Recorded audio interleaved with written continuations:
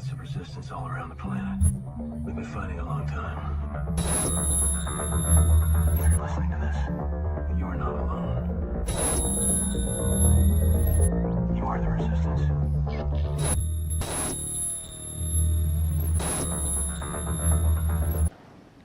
These shots need to get in everybody's arm as rapidly as possible, or we're going to be back in a situation in the fall that we don't yearn for, that we went through last.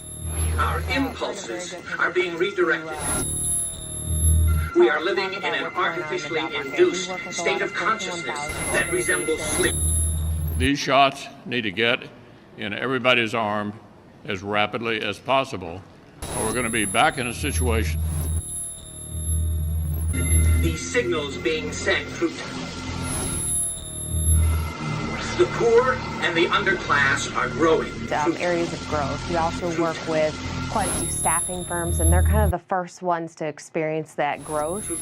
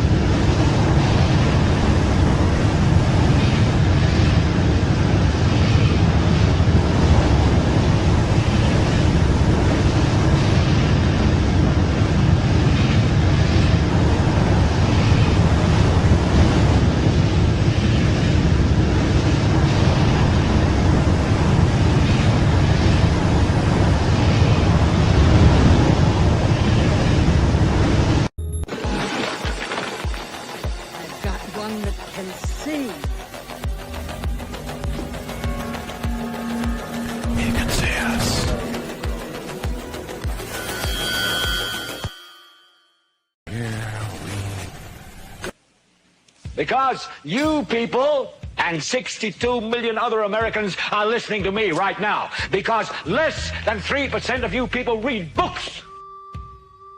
Because less than 15% of you read newspapers.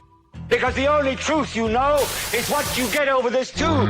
Right now, there is an entire generation that never knew anything that didn't come out of this tube. This tube is the gospel, the ultimate revelation. This tube can make or break presidents, popes, prime ministers. This tube is the most awesome goddamn force in the whole godless world. And woe is us if it ever falls into the hands of the wrong people. And that's why woe is us that Edward George Ruddy died. This company is now in the hands of CCA, the Communication Corporation of America. There's a new chairman of the board, a man called Frank Hackett, sitting in Mr. Ruddy's office on the 20th floor. And when the 12th largest company in the world controls the most awesome goddamn propaganda force in the whole godless world, who knows what shit will be peddled for truth on this network. So you listen to me. Listen to me. Television is not the truth.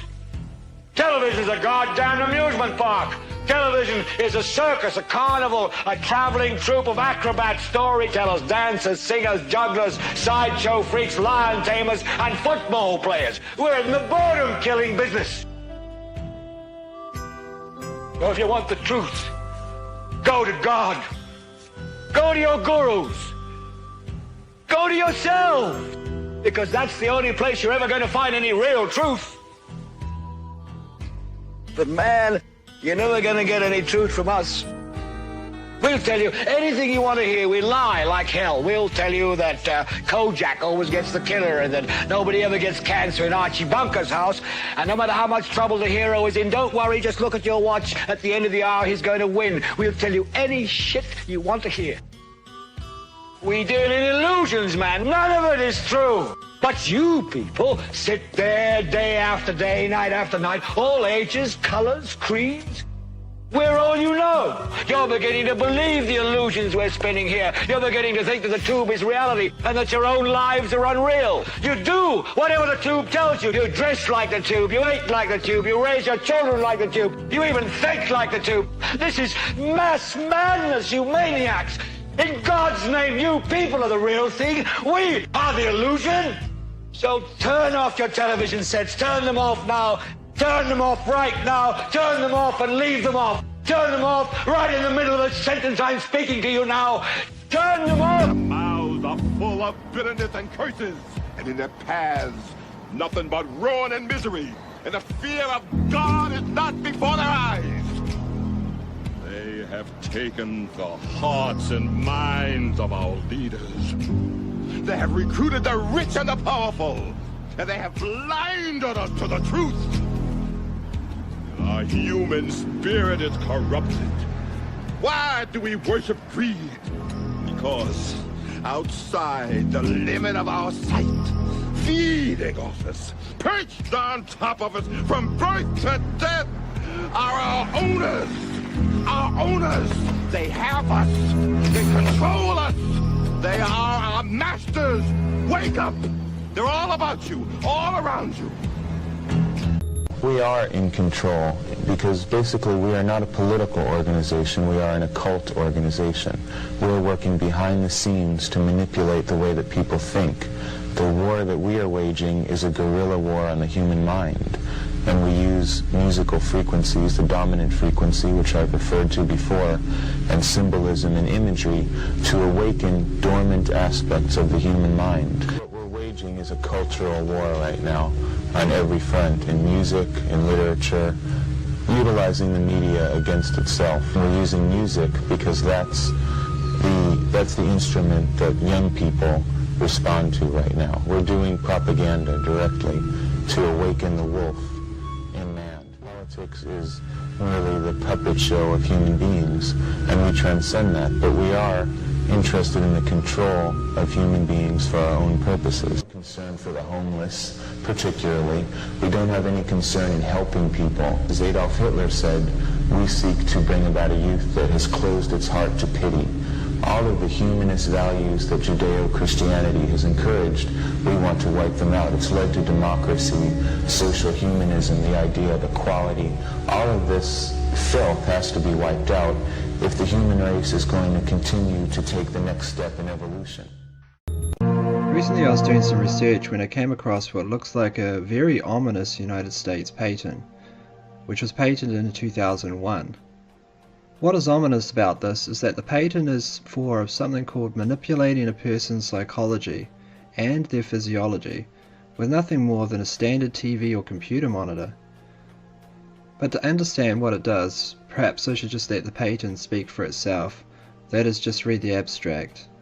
Physiological effects have been observed in the human subject in response to a stimulation of the skin with weak electromagnetic fields that are pushed with a certain frequency near half a hertz or 2.4 hertz, such as to excite a sensory resonance.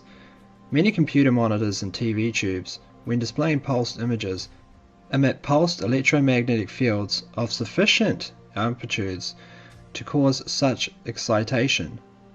Basically, the pattern's saying that it uses a series of frequencies, images, and things of that nature to manipulate the human mind. It also goes on to say that it can be embedded in certain kinds of images and TV programs. So the device seems to be nothing more than patenting a type of covert brainwashing device using someone's own computer monitor or TV screen. Well, you might say that this person might be just a quack, it might be an anomaly, and this device might not even work.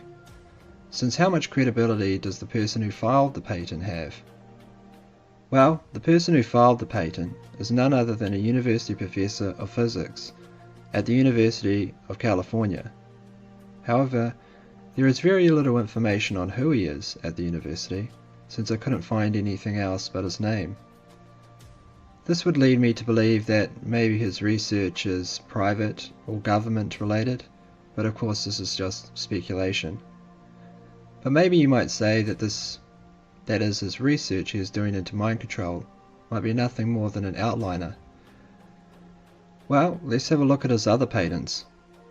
This is called patent US 6238333B1 and is about how to control people from afar using electromagnetic fields.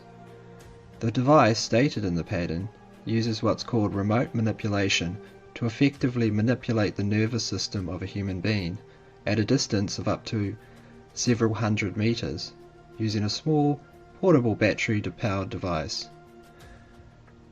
Here are a few other patents. Have a quick look to see if you can spot something that has a similar theme.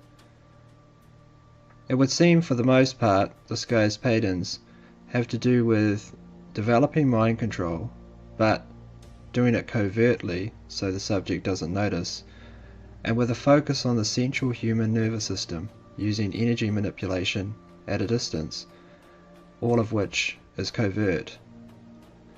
Anyway, the real question is, with most of these patents filed over 15 years ago or more, are any of them being used today without our knowledge?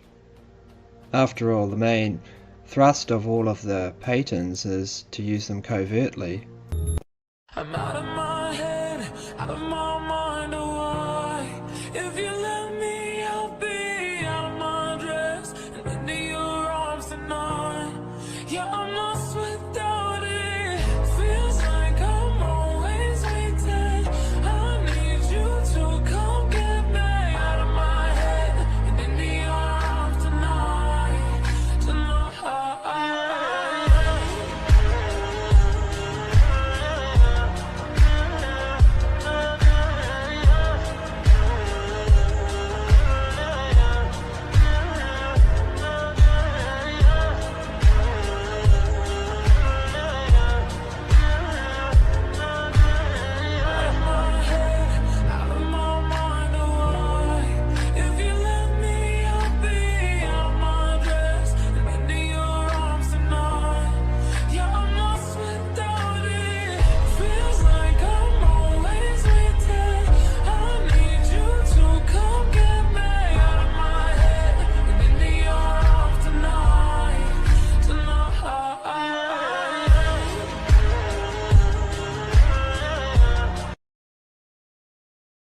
Your phone is designed to steal your attention for one reason, and one reason only. People are making money on you. It's that simple. They're making money on you. We live in what's called the attention economy. It means your attention is for sale. That the time that you spend watching media, scrolling through your phone, buying things that you don't need, that everybody is making money off of your attention and your time. The phone is designed to keep you on it. Like, I think you've had that experience, haven't you? Where you know it's not good for you. You know you don't want to spend as much time on it. You know that when you're off your phone, you feel better, you're happier, you're more well rested. We also know the simple, stupid advice for how it is that we can stop using it so much, and yet none of us do it. And so I started to wonder, well, why? Why is it so hard? What's happened with the phone and how tech is designed and how social media is designed and how ads are designed and how headlines are written, they are specifically designed to screw you over, to have you just casually turn over your most precious thing in life, which is your time and your attention. The research shows that the average person in the United States, based on the devices themselves, is spending 7 hours a day consuming media on your phone. 7 hours a day. That's 59 hours a week. You got to be very careful about the addictive nature of this freaking device and how people are using you. Because when you wake up and are like, wait a minute, I'm getting used, I think you're going to have a different level of motivation around your boundaries with this phone.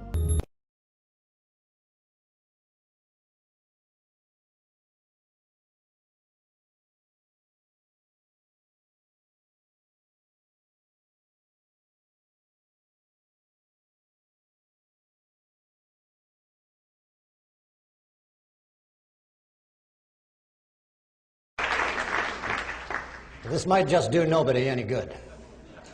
At the end of this discourse, a few people may accuse this reporter of fouling his own comfortable nest, and your organization may be accused of having given hospitality to heretical and even dangerous ideas. But the elaborate structure of networks, advertising agencies, and sponsors will not be shaken or altered. It is my desire, if not my duty, to try to talk to you journeymen with some candor about what is happening to radio and television. And if what I say is responsible, I alone am responsible for the saying of it. Our history will be what we make of it. And if there are any historians about 50 or 100 years from now, and there should be preserved the kinescopes of 1 week of all 3 networks, they will there find, recorded in black and white and in color, evidence of decadence, escapism, and insulation from the realities of the world in which we live. We are currently wealthy, fat, comfortable, and complacent. We have a built-in allergy to unpleasant or disturbing information. Our mass media reflect this. But unless we get up off our fat surpluses and recognize that television, in the main, is being used to distract, delude, amuse, and insulate us, then television and those who finance it, those who look at it, and those who work at it may see a totally different picture too late. I began by saying that our history will be what we make it. If we go on as we are, then history will take its revenge and retribution will not limp in catching up with us. Just once in a while, let us exalt the importance of ideas and information. Let us dream to the extent of saying that on a given Sunday night, the time normally occupied by Ed Sullivan is given over to a clinical survey on the state of American education. And a week or two later, the time normally used by Steve Allen is devoted to a thoroughgoing study of American policy in the Middle East. Would the corporate image of their respective sponsors be damaged? Would the shareholders rise up in their wrath and complain? Would anything happen other than a few million people would have received a little illumination on subjects that may well determine the future of this country and therefore the future of the corporations? To those who say people wouldn't look, they wouldn't be interested, they're too complacent, indifferent, and insulated, I can only reply, there is, in one reporter's opinion, considerable evidence against that contention. But even if they are right, what have they got to lose? Because if they are right, and this instrument is good for nothing but to entertain, amuse, and insulate, then the tube is flickering now, and we will soon see that the whole struggle is lost. This instrument can teach, it can illuminate, and yes, it can even inspire. But it can do so only to the extent that humans are determined to use it towards those ends. Otherwise, it is merely wires and lights in a box. Good night, and good luck. With quite a few staffing firms, and they're kind of the first ones to experience that growth. And my final story is about Trump's big new bill. It's far more than a big new bill. It doesn't just cut taxes and immigration. It's an operational key to unlock a full financial realignment. You're watching the IQD revaluation preparation. You're watching XRP liquidity pathways being finalized. You're watching VND quietly shifting positions. You're watching gold reserves being recalculated. The IRS being phased out in favor of tariff-based funding. And you're seeing the CBDCs stalled to make room for an asset-backed alternative. The bill seals the borders because sovereignty must come before value. It ends tax slavery because the system is moving to an external revenue. Trade, not labor. It restructures federal beast because you can't plug in the new rails until the old system is neutralized. No bill equals no legal trigger. No legal trigger equals no reset. So the vote is the mechanics for the RV.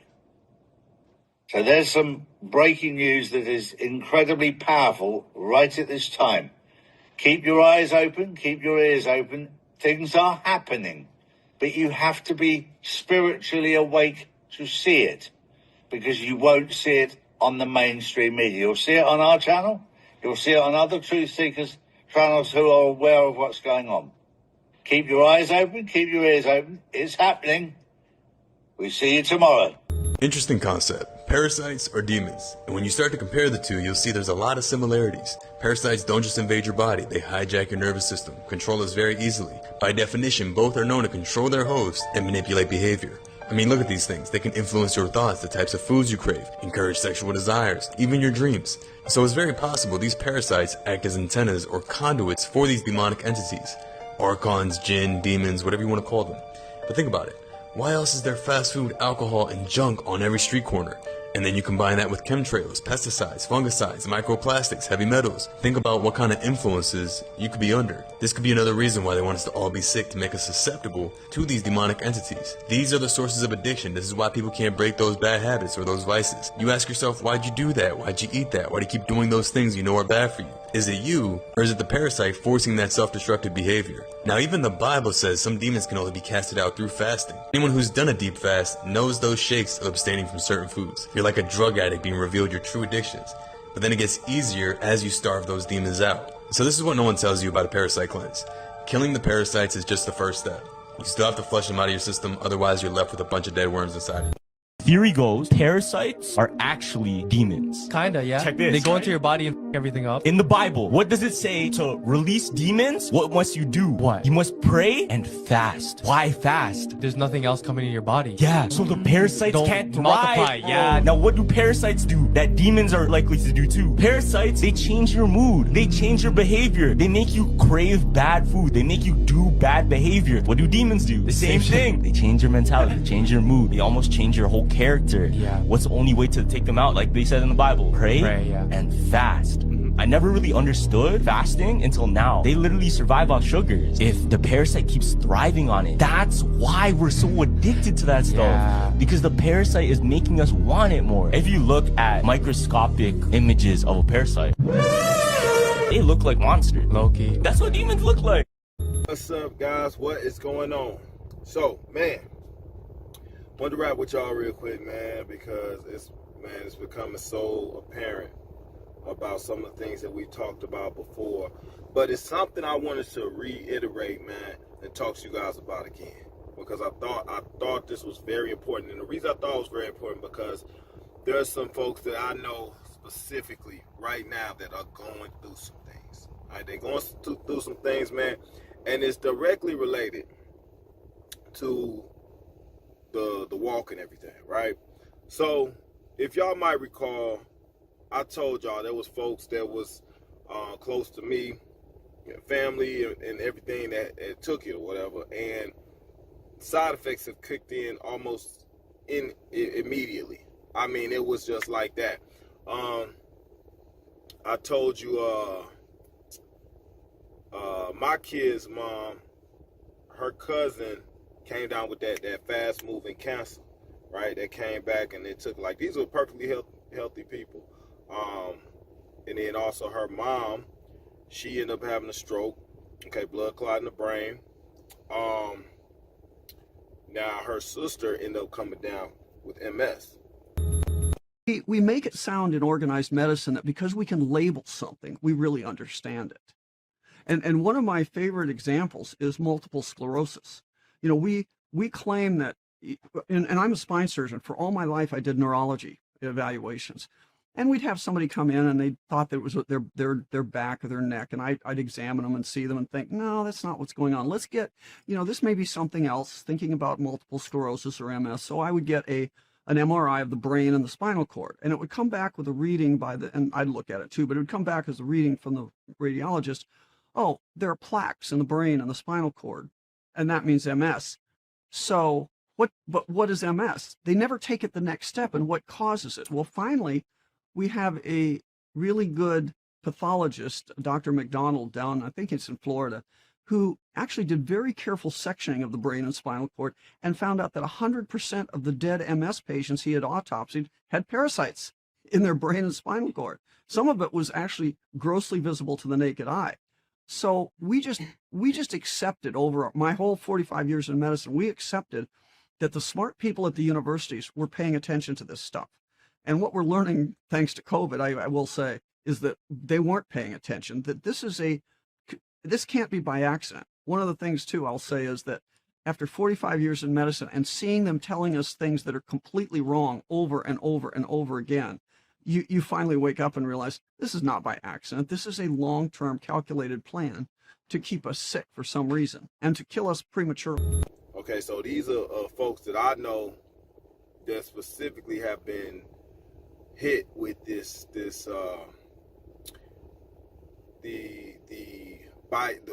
weapon. We'll just say the weapon, all right? And the effects is ongoing.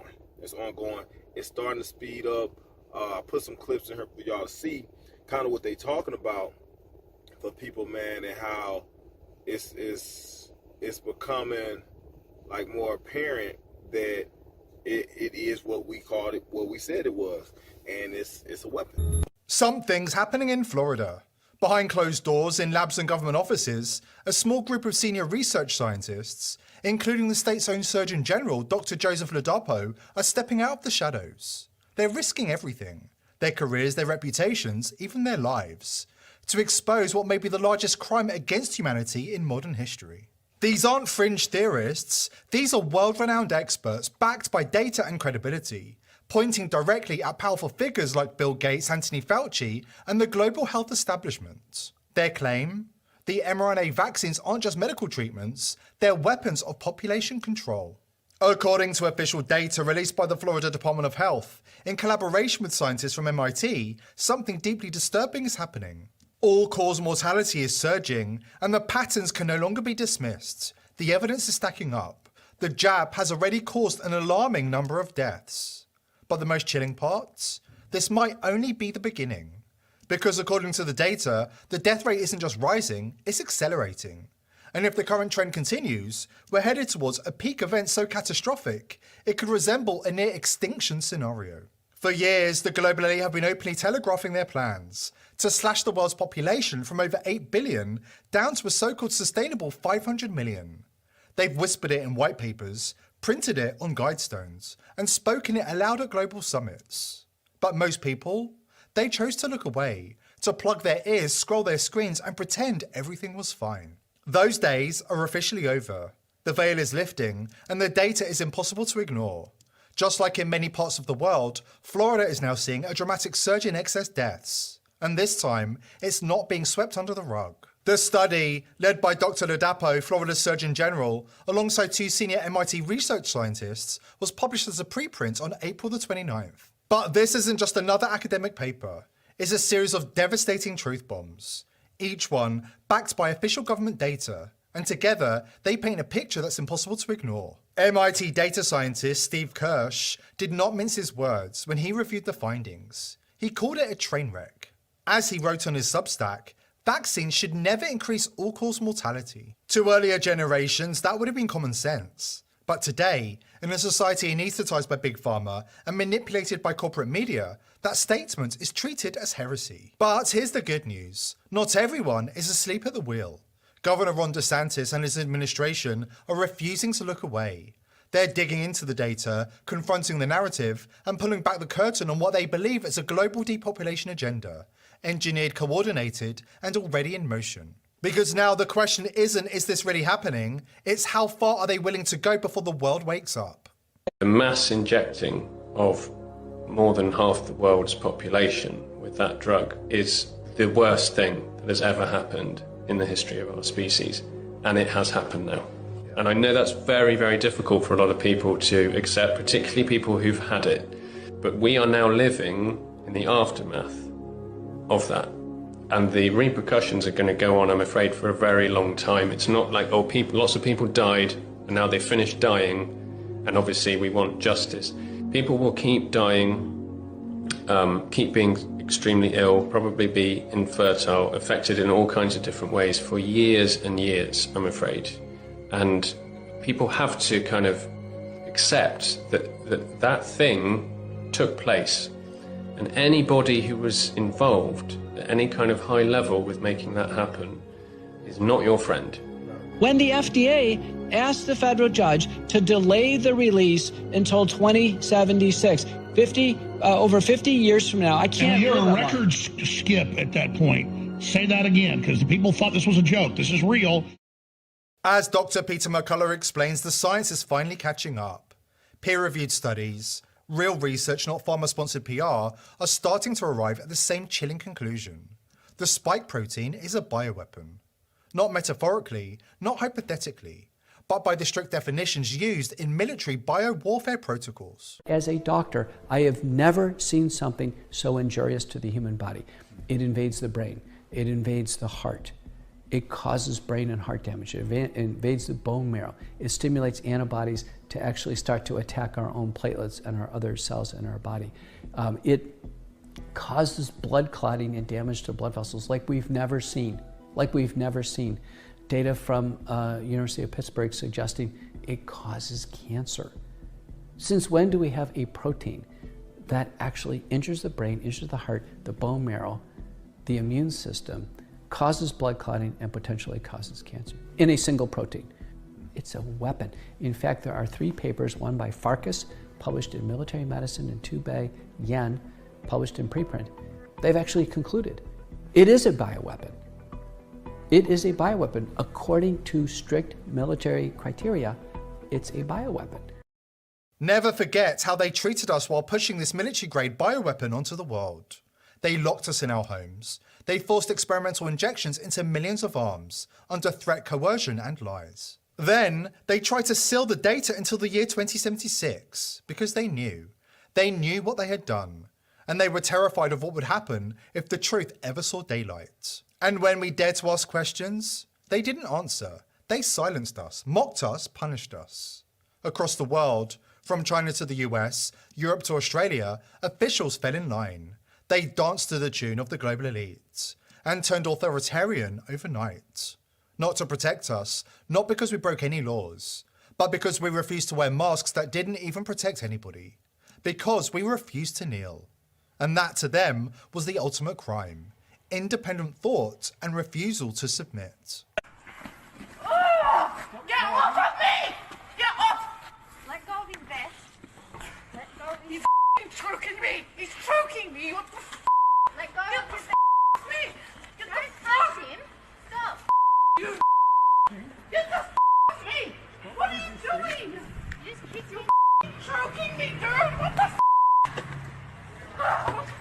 You're f*** in the head! You're What station? I'll give you those details once she's in the back. She's got a note from the doctor. Oh, I can feel the pride running through my bones.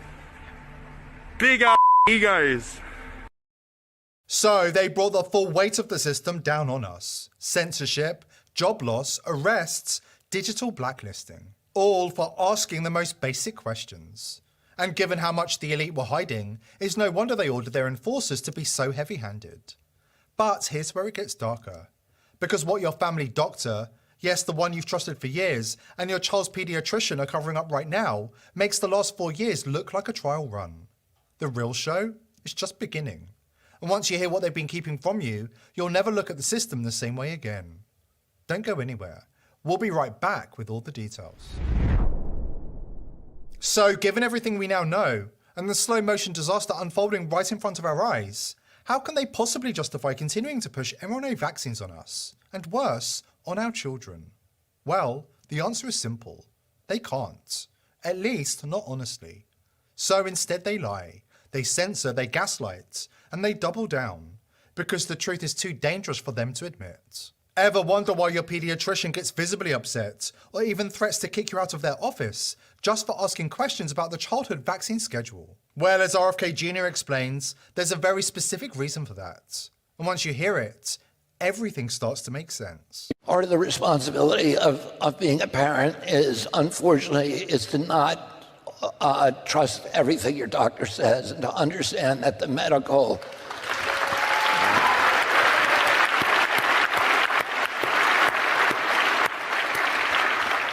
that doctors have been co-opted by the medical cartel, that the medical schools are now run by pharmaceutical companies, they're funded by them, and that the doctors believe mainly what they're doing. They're also heavily compensated. A typical pediatrician's office makes about 50% of its funding comes from vaccines, not actually from selling the individual vaccines, from the traffic. I mean, when I was a kid, I went to the doctor when I needed stitches, and that's it.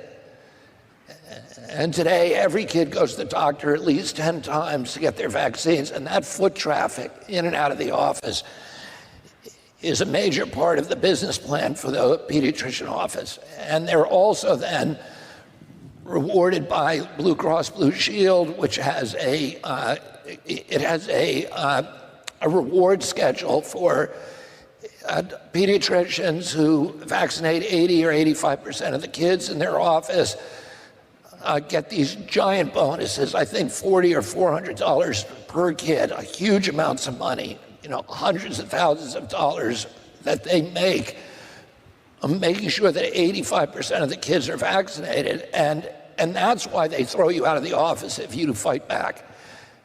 It's not because they care so much about your particular kid, it's that you'll throw off the metrics and you'll lose them their bonuses. And so they, and those schedules have now been published, so people can actually go look at the Blue Cross Blue Shield schedule, and you can see what your pediatrician is making, and it's huge amounts of money from complying. And so, they have these perverse incentives that make it so that they're not really treating your kid as an individual patient. And so your job in a democracy, in today's democracy, is to do your own research. And that's hard to do, but you need to do it to protect your child. The audacity of these so-called medical professionals to pressure, guilt, and coerce you into submitting yourself and your children to experimental injections is truly staggering, especially when you realize the truth. They don't actually know what they're talking about. Seriously, they don't have a clue. They're literally unqualified. People with the top of the top qualifications in the medical world. And the story they've been told by their colleagues, by public health, by their pharmaceutical industry sponsored medical education was in fact a grand lie. So when you first started out to be a doctor, what kind of training did you get on vaccines? Honestly, I don't remember very much conversation at all. We were just taught that they help prevent disease. We were told on our rotations that vaccines were safe and effective, here's a schedule. We are not taught what's in those vaccines. We are just taught what the schedule is like. Safe and effective, and they've saved millions of lives. We learned the schedule. We did not learn what was in them. It was more philosophically vaccines than the science behind it, I guess, if you will. As you know, medical doctors don't have a lot of training in vaccines. If you are one of those people who knows more than doctors, that's fine, no vaccinations, but you're not allowed to go to the doctor anymore. Okay? Why would you even want to go to a doctor who knows less than you do? It's amazing, but they didn't teach us very much. Very little. Very little. And what you got basically was told, these are the things that you need to give to your patients. It was just more about administration of the vaccines rather than the real effects and risks associated with them. Here's the schedule. These are the saviors of mankind. They're safe, and you need to make sure everybody's vaccinated. In the field of vaccines, everything is great, everything is safe and effective, everything has been determined. There is no need to go back and look at it again. Just like everybody else, I have to go to the insert and look what's in it. I don't know what they put in vaccines. And so I kind of thought that they were saline water and like bits of viruses and it, you know, super safe. Yeah, you learn about adjuvants and you learn about the immune system and how it works, but as far as what the vaccine actually does, and you never heard about the negative effect of a vaccine. Never. Zero. None. The whole argument of your doctor has done all this research. Well, if they've done it on their own, maybe. Yeah. Well, since there was no discussion of there being anything bad about vaccines, and unless you spend some time on your own, you know, investigating, you have the presumption that vaccines are good and that everyone should get them and that you should make sure that every child coming into your office is getting them on schedule or they're going to have some horrible illness. So there wasn't any training. There wasn't any looking at side effects. There wasn't any of that. So nothing. Would an immunologist be, probably of all the medical professions, someone that is near to being an expert? I would say no one is an expert in vaccines, absolutely no one. Parents are, Because, by the way. yes, because no one is being taught about vaccines in schools. And so basically in vaccine field, you really have to be a self-taught expert. For years, we've been urging people, do your own research. Because once you start digging, the truth becomes impossible to ignore. And that's exactly what the elite fear the most, an informed public. Not just everyday citizens, but doctors too. Because the moment medical professionals stop blindly following orders and start asking the right questions, the whole house of cards begins to fall. You know, I've been hearing rumors about those black microfibers that are kind of worm-like that move inside of those N95 masks or whatever. Sure enough, there are black microfibers on here, as you can see. Here it is, moving. Harmful parasites, along with the secret technology, has created a toxic environment in our bodies. These harmful particles, parasites, toxins and poisons exist in the air we breathe, the water we drink, the food we eat, and the medicines we take. Detoxifying the body is critical to long-term health and is a necessity for optimal brain and organ function. To address these growing health concerns with yourself and others, visit detoxificationbypurification.com, where we specialize in treating the harmful effects caused by the integration of these harmful substances in the body by providing products that destroys the foreign organisms and disables the foreign technology meant to control you. Sure enough, there are black microfibers on here, as you can see. Here it is, moving right now. See that? It's moving.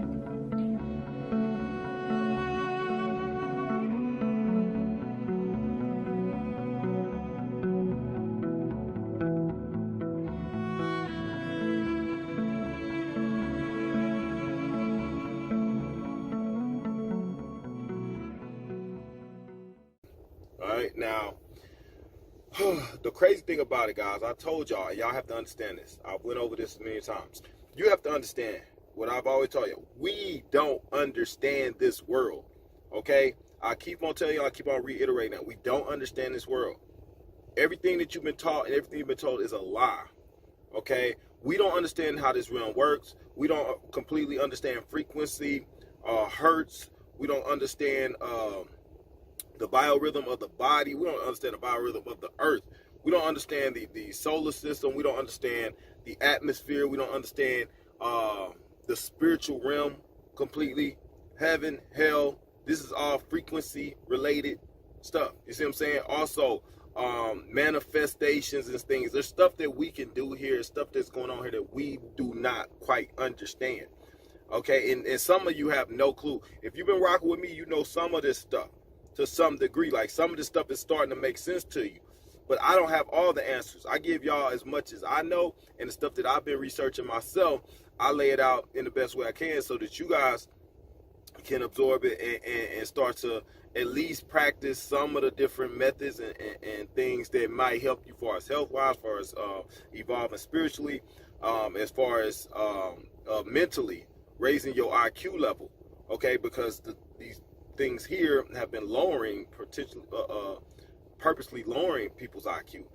You see what I'm saying? Like, it's because you don't know nothing, so they can do whatever they want to us. They can give us, they can feed us whatever they want. They can depopulate whenever they want, however they want. They can use us as cattle, which they don't. All this stuff is going on here. All of this stuff, like possession. The whole thing about possession is so, guys, like, man, that stuff is so intricate. Possession, like, man, I really, I'm trying to think the best way to break this down for you guys, man. Possession. I did videos about this, man, but it's so in depth, man, about how it works. We've talked about the real and stuff. Y'all know that that's a real thing. Did you know that parasites are demons? And these things, you need to get rid of them immediately from your body. And even getting rid of them is not easy. You need to understand. You shall know the truth, and it shall set you free.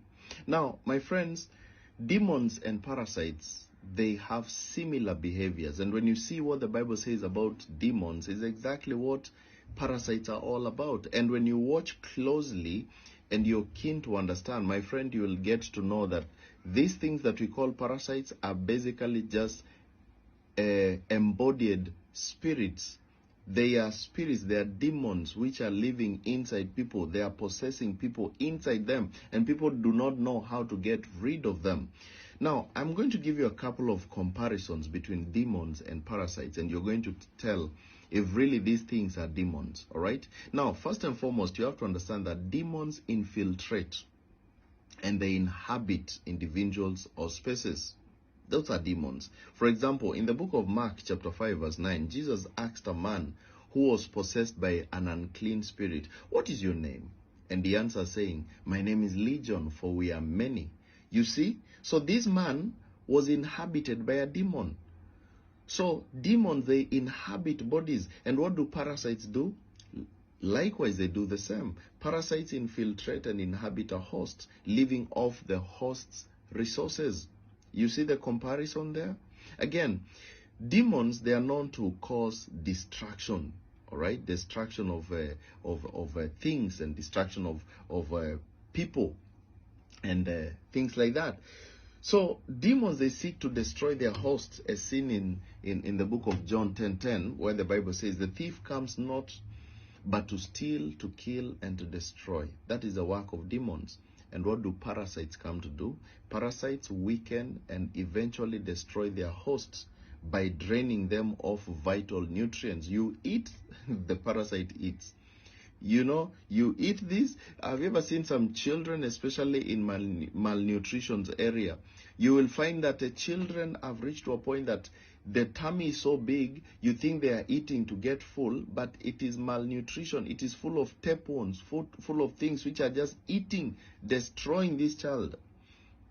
My friend, these things are demons. And again, talk about attachment. Demons can attach themselves to a person, always leading to bondage. Like in the book of Luke chapter 13 verse 11, we see a woman who had a spirit of infirmity for 18 years and was bowed together and could in no way lift herself up. Do you see that? Demons are able to attach themselves to a person, and likewise the parasites attach themselves to their host, often clinging unto them for survival. All right? And again, demons depend on a host to manifest their evil works. So much. They depend on the host. They have nothing of their own. They depend on the host. And we see this in the book of Mark chapter 9 verse 25, a demon causes a child to fall into convulsions. They want to use this child to do different things. You see, the child was having these convulsions. Sometimes demons can use people to go and hit other people.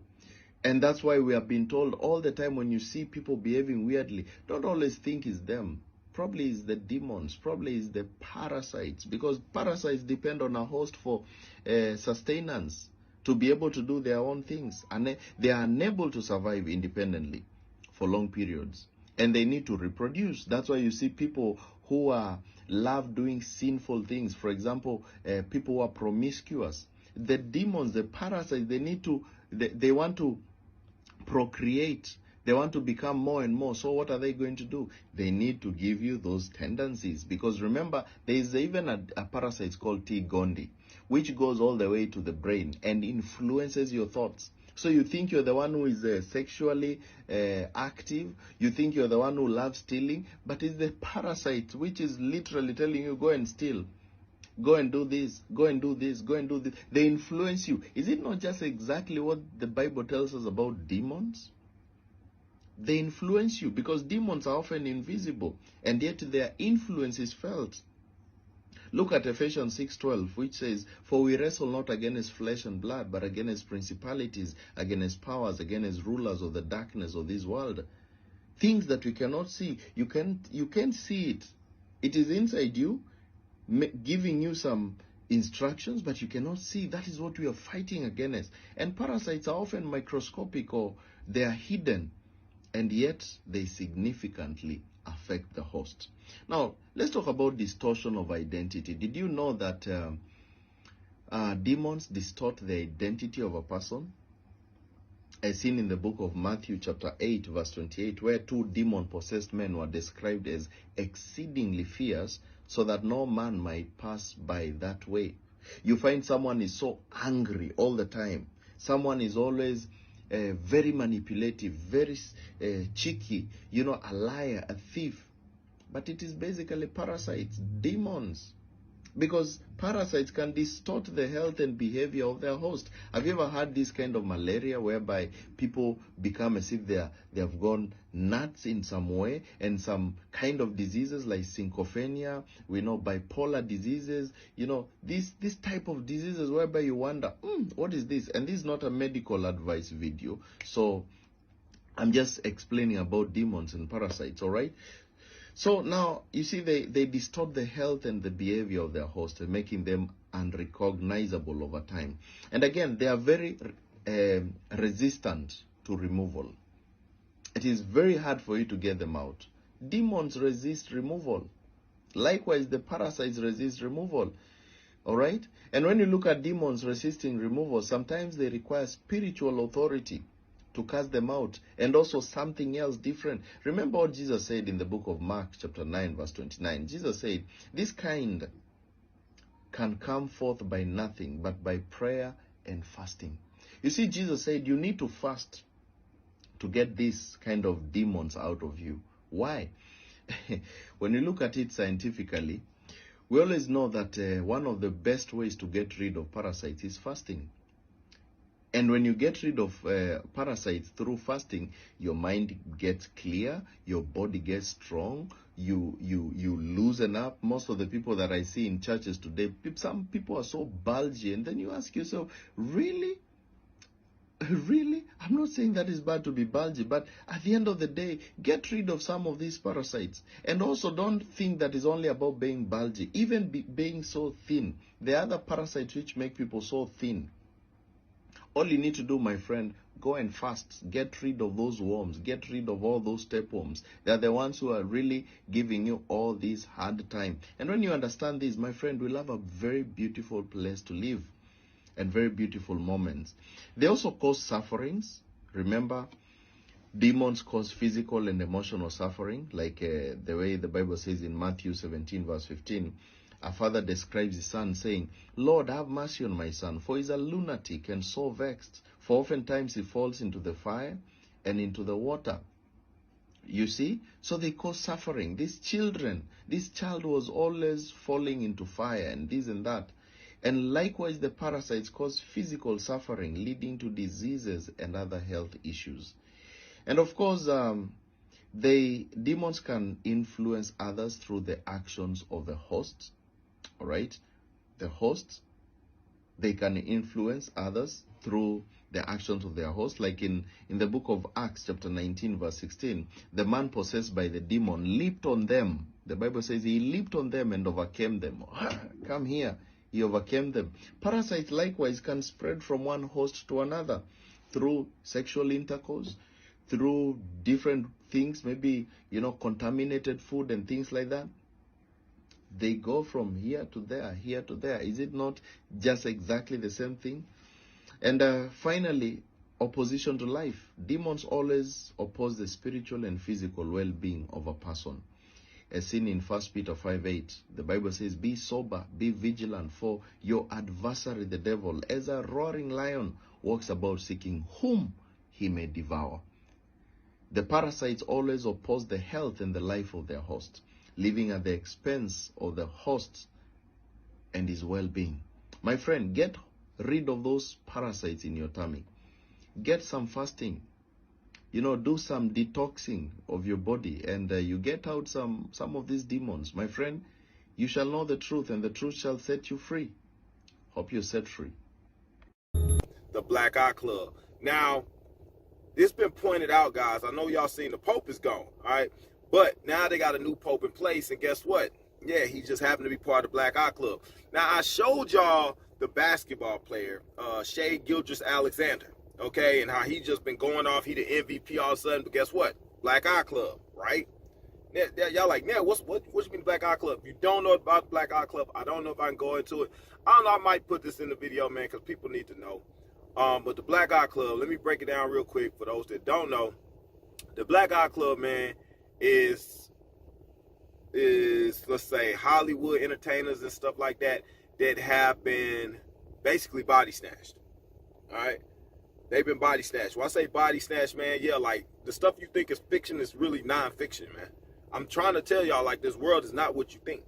But the Black Eye Club, basically, it's like a parasite that you got to understand how possession works, okay?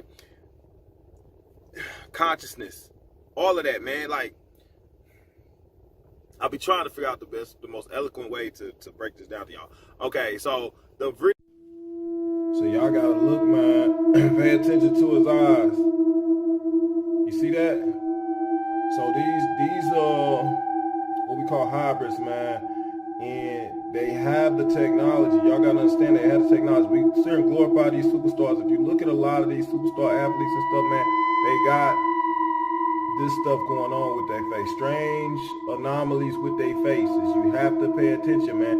A lot of politicians have this. This is real thing, man. This is not no AI technology. This is not no computer glitching or nothing. That is really what dude look like.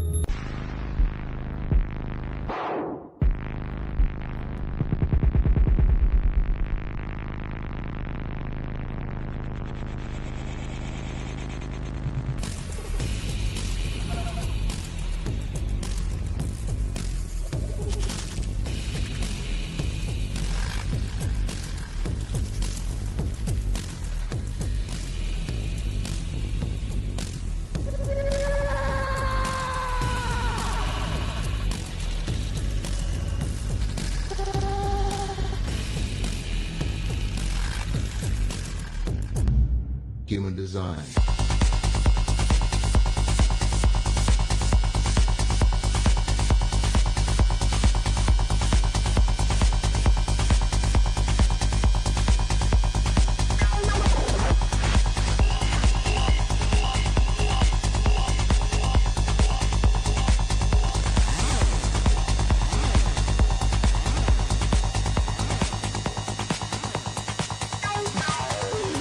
Human design.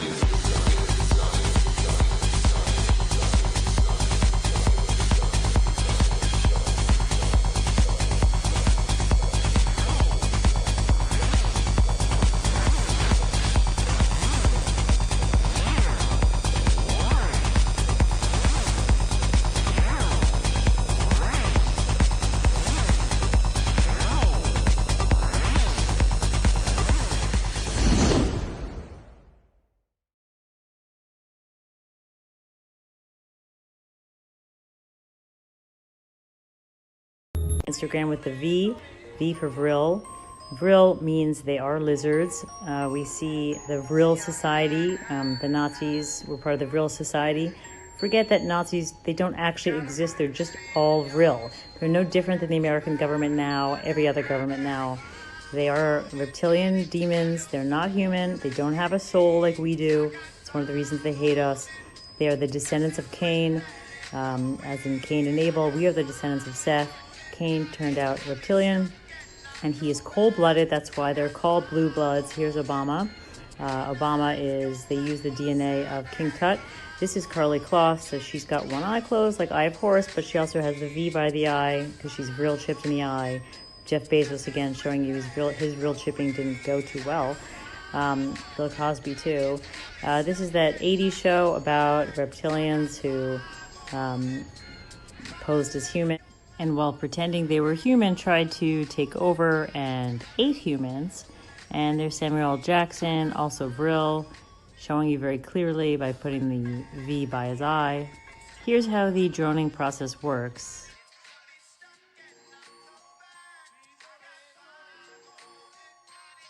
These lizards have a unique biological property of their bodies. The lizards have what's called a proboscis. It's an ejectable brain and spinal column. The small ones they use to drone people because the proboscis on young lizard type 1s, they're small enough to go into an eye and not ruin the eye because they're supposed to do this to animals with bigger eyeballs, probably freaking dinosaurs. They parasite a human's brain. This top cap thing on the top of their head comes out. They can do this once in their life. It pulls their spinal column along with it. The human would have to be restrained or unconscious. The thing squiggles in through the eye. It does a spiral around the optic nerve all the way to a certain point, and it's driven there by taste. And they said once it gets there, it has the taste of butterscotch. It then starts what they call sweating the quill. The spinal cord stuff comes out of the spinal cord, and it's everything that the lizard is. The lizard's whole body is dead, and it can't go back in. It's one way. The juice that's in the spinal cord gets excreted out of the tip of this thing. They're parasitic cells. The parasitic cells go into the brain. The old person's consciousness is gone. The body is absolutely, totally dominated, and the lizard is smarter as a human. Over time, it'll develop a rash, it'll lose its hair.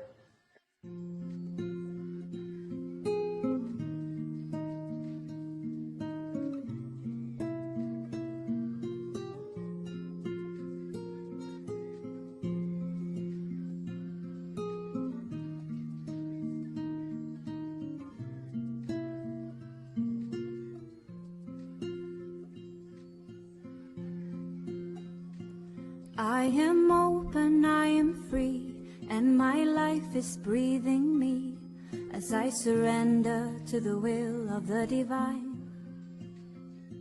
No more stories of the past, I am shedding skins at last, and I realize I'm already in heaven. The moment I stop running from the demons in my head, and instead I choose to love them. When saying yes to life, both shadow and light, my suffering is done and I come alive. I am born and I will die, by each breath a final sigh. It doesn't matter where I go, I cannot hide.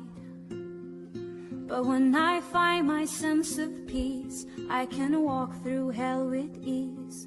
I might fall 1,000 times, but I shall rise.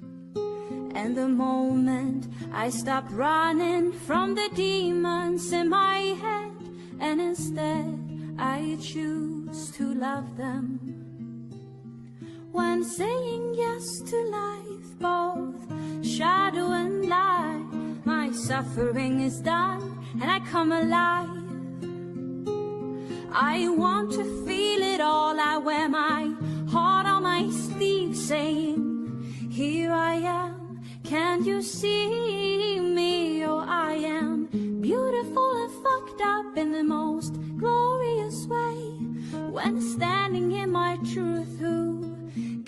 what people say. 'Cause the moment we stop running from the demons in our heads, and instead we choose to love them, when saying yes to life, both shadow and light, our suffering is done and we come alive. Oh, the moment we stop running from the demons in our heads, and instead we choose to love them, when saying yes to life, oh, shadow and light, our suffering is done and we come alive. Oh, the moment we stop running from the demons in our heads, and instead we choose to love them. Oh, and saying yes to life, both shadow and light, our suffering is done and we come alive. Now that you know V stands for vril, you will be able to separate fact from fiction. Almost everything that you see. Vril is the Draco reptilian lizard things, right? They have a way of shifting their consciousness into human beings by way of parasite. All right, that's why you got to understand the importance of detoxing and stuff like that for parasites. Like parasites, man, is way more realer than y'all ever thought. I'm saying, like, it's so many reasons. This is why we started the whole detox shop. If you haven't been to the detox shop, guys, I am not going to play about it. I'm not going to sugarcoat it. You look, detoxing is not. It should not be a choice at this point. Detox is like the most important thing you can do as a human being while you're here outside of evolving. You understand what I'm saying? And the reason I say that is because they are purposely putting things in you to either dumb you down or to take you out or to control you. You understand? It's either to dumb you down, to jack up your health, or kill you, or control you. Do you understand? This is how they operate. The stuff that they give us to eat, the stuff they give us to drink, the stuff that they put in the air for us to breathe are all doing those four things. Stuff, your health, your death, controlling you, and also limiting your intelligence. This is what they're doing with the stuff that they putting in the air, the soft metals, the toxics and poisons, and also sterilizing. Let's not forget about that either. The first matter is the intrinsic deception at the heart of this agenda. And that's something that's become clearer with every new report that surfaces. Whether we choose to call it screen memory, telepathic mind control, technological mind control, or virtual reality scenarios, the entities involved in the abduction phenomenon employ masterful illusory capabilities. And I don't think the importance of this fact can be stressed strongly enough. It must affect all of our thinking and our research when it comes to these alien-human contacts. In Ted's experiences, for example, there were several occasions where such masquerading techniques were employed, and I could spend, as I said, the rest of the morning just dealing with these, and I'm going to be making very brief references, and hope you'll maybe want to read about the rest of it in the book.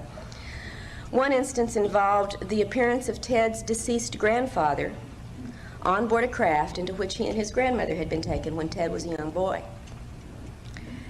I think I spoke about this a couple of years ago when I was first working on Ted's material, and I didn't identify that this was Ted's story I was referring to. The scenario involved persuading his grandmother to engage in a sexual activity with an non-human entity, and when she refused to do so, saying she had only ever made love with her husband and he was dead, the aliens produced the dead husband.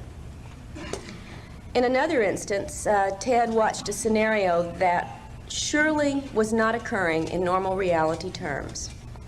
I call it a virtual reality scenario, and this began shortly after he had heard a very quiet sound like helicopter blades. And in this ongoing event, after the helicopter blade noise, Ted watched as a human-looking entity dressed in military clothes popped through the ceiling into the room, holding a young child that was very, very similar to Ted's appearance at the same age. And Ted was told that they were going to return that which had been taken from him. And an account of what followed from that, again, is in the book, and I won't take time to recite everything there to you, but the virtual reality event, there was certainly no human paratrooper popping through the ceiling carrying a young child in reality terms. But the illusion was quite as real as you and I here today. But perhaps the most illuminating of such events that we were able to investigate involved Ted and another woman, a woman who witnessed a third person, another woman, undergoing her own virtual reality episode, again marked at the onset by the sound of a helicopter.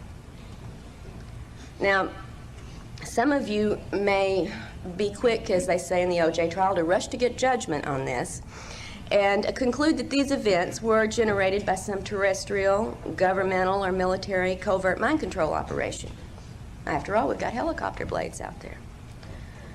But it should be noted that only the targeted person in these events heard the helicopters, while others in the same house or same room did not. I don't think our terrestrial helicopters are that selective in the noise they generate.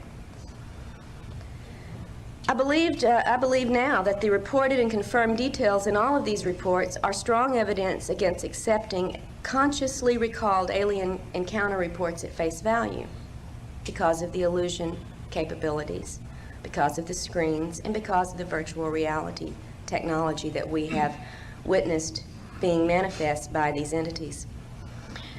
I believe that if we build our theories on such information, the consciously reported information only, we're building on sand, on illusions that the aliens create for us, and I think to confuse and mislead us. Now, this is not to say, however, that all alien encounters are virtual reality events, because there is also plenty of very strong evidence for the physical nature of many of these encounters. So to be perfectly objective, the definition of abduction would have to include any event or scenario that is generated externally for the targeted person, whether it be a physical encounter, a virtual reality scenario, or a telepathic contact. Now, a second important discovery from Ted's investigation, and this was important at least for me, was the possibility of cloned human bodies produced by these abductors. And that's the second thing I'd like to talk about briefly today. In the mid-1970s, a memory of a childhood event surfaced in Ted's mind during the night while he was sleeping. And in an altered state of consciousness, he got out of bed and went to his typewriter in the middle of the night and wrote out this memory as a story. In 1991 and 92, when Ted and Barbara began a series of regressions, it popped up in these events, this scenario that Ted had recalled as a story, but a very different version of that basic story emerged. A version in which he went through what can only be called a horrific experience, in which his original body he perceived as being killed and taken away, and his essence, for lack of a better word, we could call it soul, energy, or whatever term one would like to use, was contained temporarily in a black box, placed on a counter,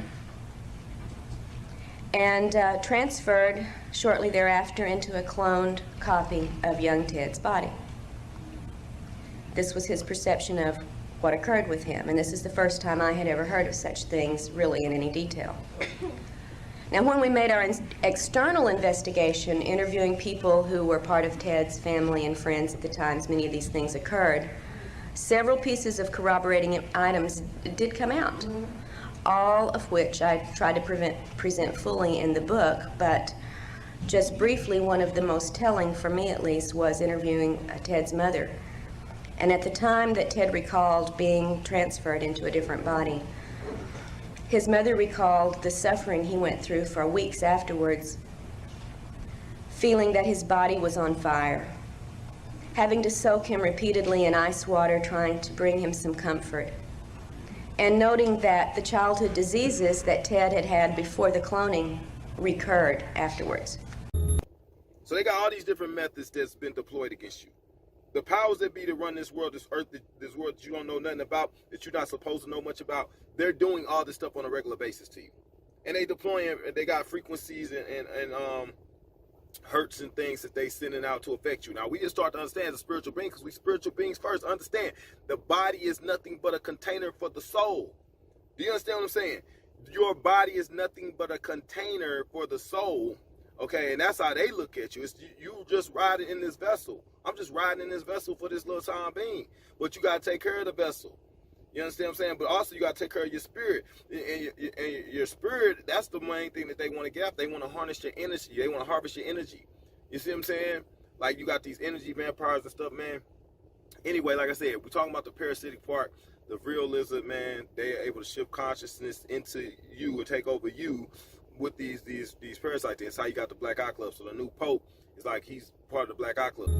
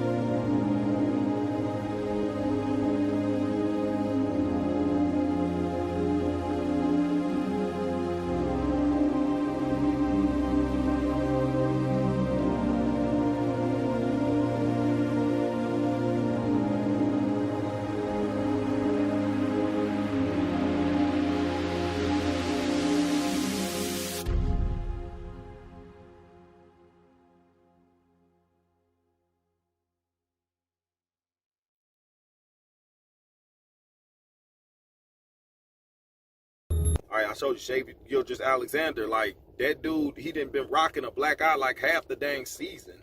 Like, he literally is they've taken him over. All right? So, anyway, beside all that, man, you gotta clean your system out, because this is the form of attack that they're using. And these parasites, man, I've been telling y'all about parasites. There's a spiritual link there. Okay, there's some way that they're able to utilize these parasites as a portal in order to get control of you, or in order to possess you. Okay, these parasites, they talk to you. They have a man, as crazy as it sounds, I know this stuff sounds crazy. I know this sounds like a sci-fi movie. Y'all know I used to tell y'all that all the time. I know this sounds like a sci-fi movie, but guess what? This is real life. This is real life, right? So y'all know they had parasites in the walk. They put parasites in all these different things. They spraying parasites. Like, this is how crazy this stuff is. They're spraying parasites that they're hoping that will get inside your system and cause your death. Do you understand what I'm saying? You need to be cleaning your system at least once to twice a year at minimum. If you do not clean your system, guys, you will come down with some form of cancer or some kind of dementia or Alzheimer's, which is basically cancer of the brain. They just broke it down so you wouldn't understand it. Okay? If you got some kind of kidney breaking down and stuff, man, your kidney is being deteriorated because the parasites are eating at it. All right? A lot of times you got blood pressure issues and things like that. That is parasitic. UTIs, okay, yes, dementia, Alzheimer's, Parkinson's, people shaking and stuff. When people doing all this, they got these Parkinson's, dementia, Alzheimer's and stuff. That's because the parasites are eating at the brain. They're eating the brain. That's why they say you got lesions. Well, how did the lesion get there? The brain just don't start deteriorating by itself. Something is eating it. If you eat it, something, it eats a hole. That becomes a hole. It becomes what they call a lesion. See, they gave it these names so they could throw you off. All right, so cancer of the brain is basically the parasitic thing that's causing dementia and stuff like that. You basically got cancer in the brain. Cancer is just eating that stuff in your body. Okay, and the toxic waste that them parasites is leaving behind, that is the cancers. Do you understand, guys? Vibration and frequency is everything. It is literally everything. If you take an aspirin, it changes the way you vibrate. And so it blocks the nerves so that you can't feel pain. If you take deworming programs, you change your vibration, and you change your vibration so dramatically that the worms and parasites either have to get out of you, this is no longer a good home, or they die in you. My name's Wayne Rowland. I'm just like you. I have heard that there's a for disease that's been suppressed. One man called me, and he said, there's not one that's been suppressed, there's been 5. Which one do you want to know about? I said, whatever one works. He sent me to somebody that had an original Rife A unit, and I used it. 3 months later, the was gone. So was my arthritis. And I was so gung-ho on it that I decided that I had to get involved in building Rife machines and get it out there for people and really help them.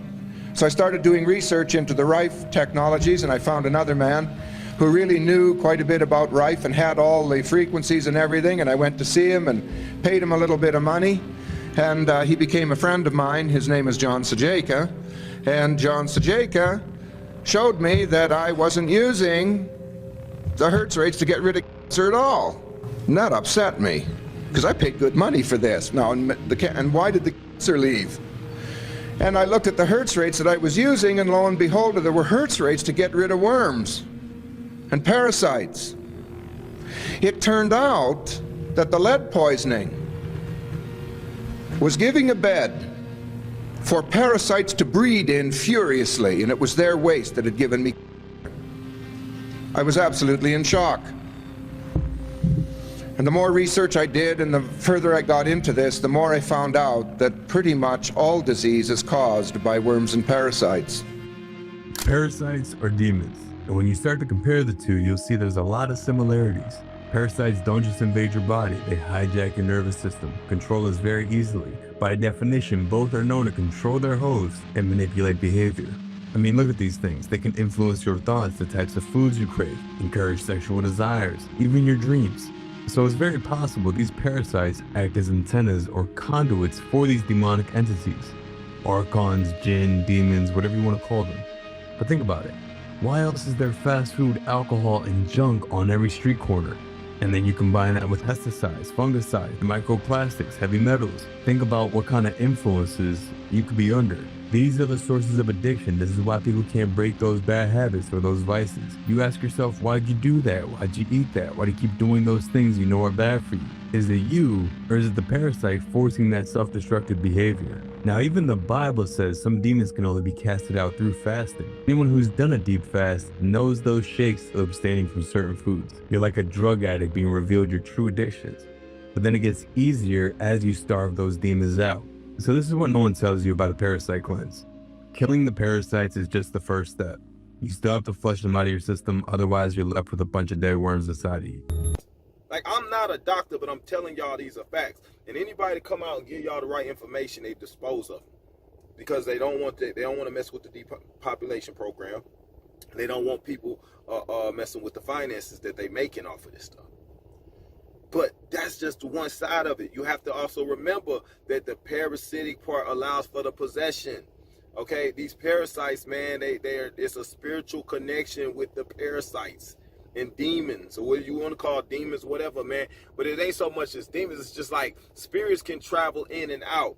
All right, just like spirits can travel in and out of you, but spirits also can to integrate themselves into other life forms and things like that, man.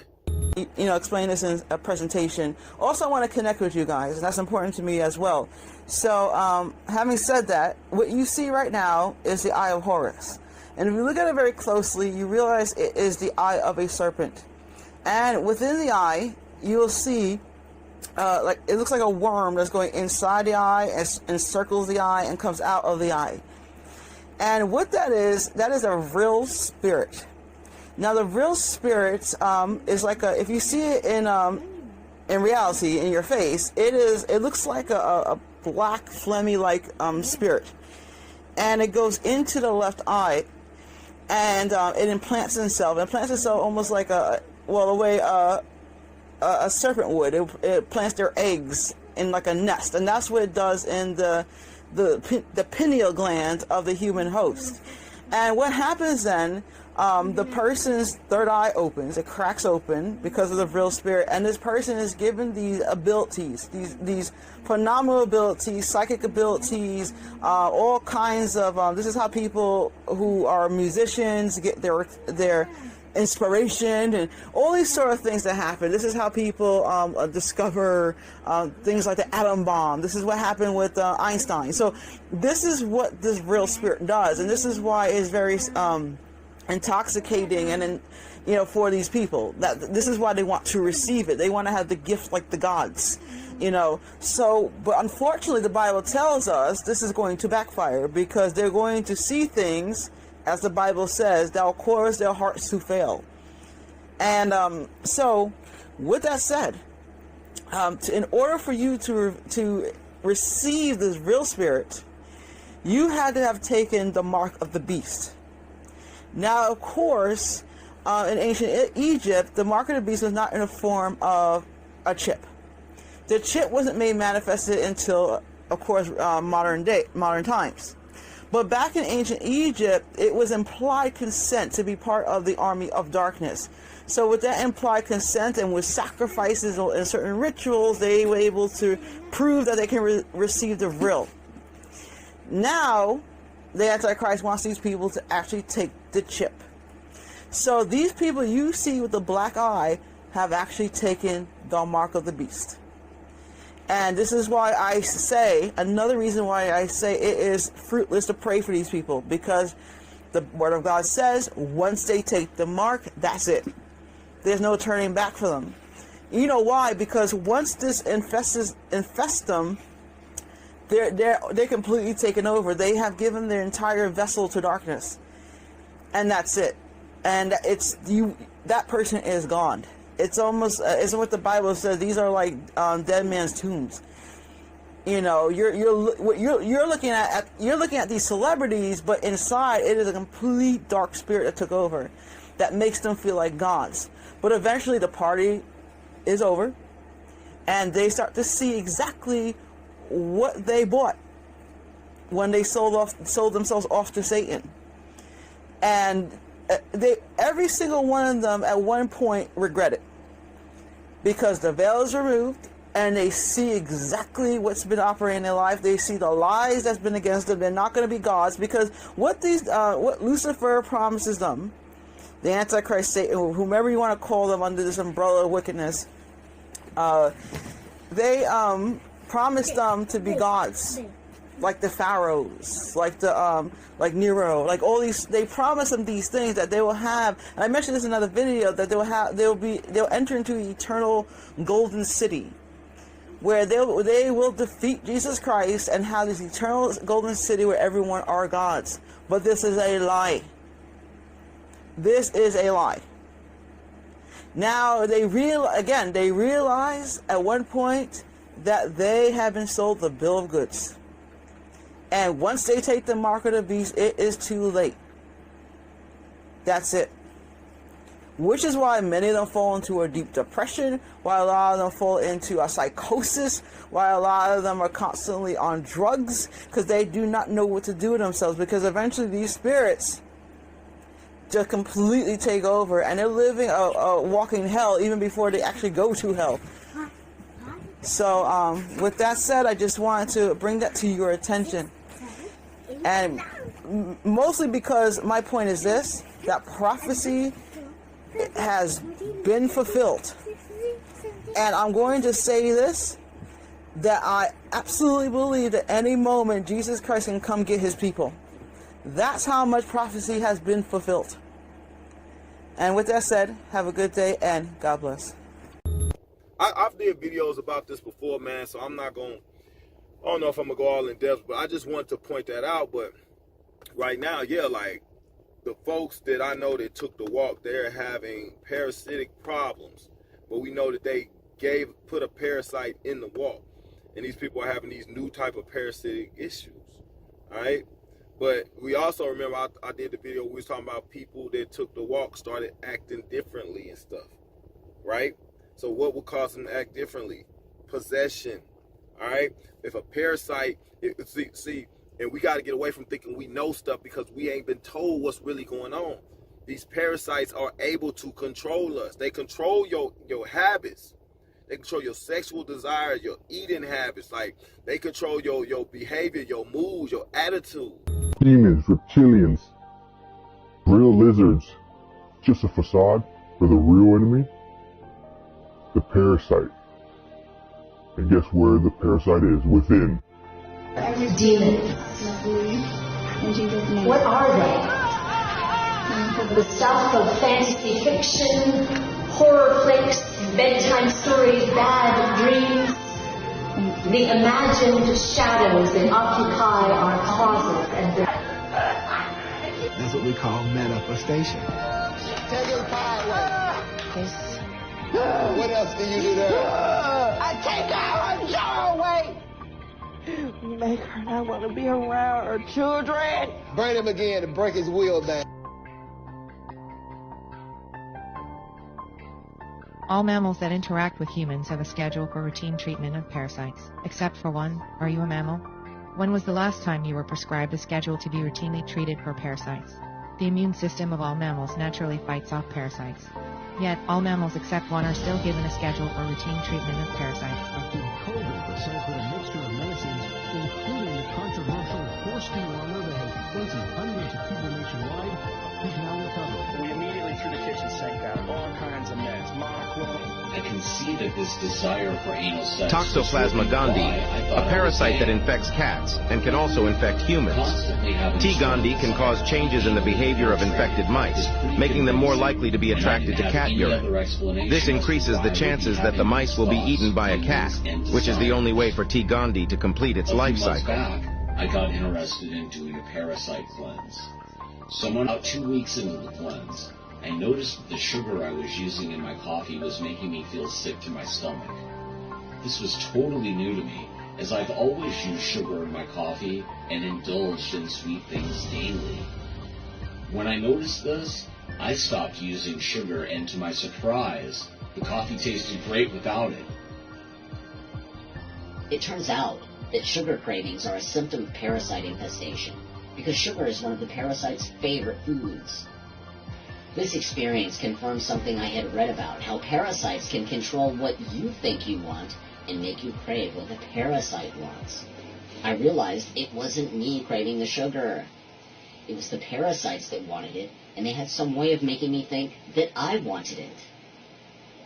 In reality, sugar is really bad for the body and can destroy your health. A couple days later, I noticed that I wasn't feeling my normal interest in sex. At the time, I just considered that I was really wore out and tired from the vigorous parasite cleansing and flushing I was doing. When a person is heavily parasitized, parasite cleansing can be a real ordeal, mentally and physically. It's not unusual that the mind-controlling parasites will make you think and feel like they think and feel, that if you continue with a parasite cleanse, you might die. That's how turpentine makes them feel, so that's how they make you feel too. This happened to me, and when I told my friend that I was going to quit parasite cleansing, he asked me if it was me or the parasites talking. He explained to me that this was just more evidence that parasites can make you love what they love and hate what they hate. He also pointed out that it shows that I was really damaging the parasites, sort of hitting them where it hurts, and they were fighting back with everything they had, and they were losing the fight. Parasites really, really hate turpentine.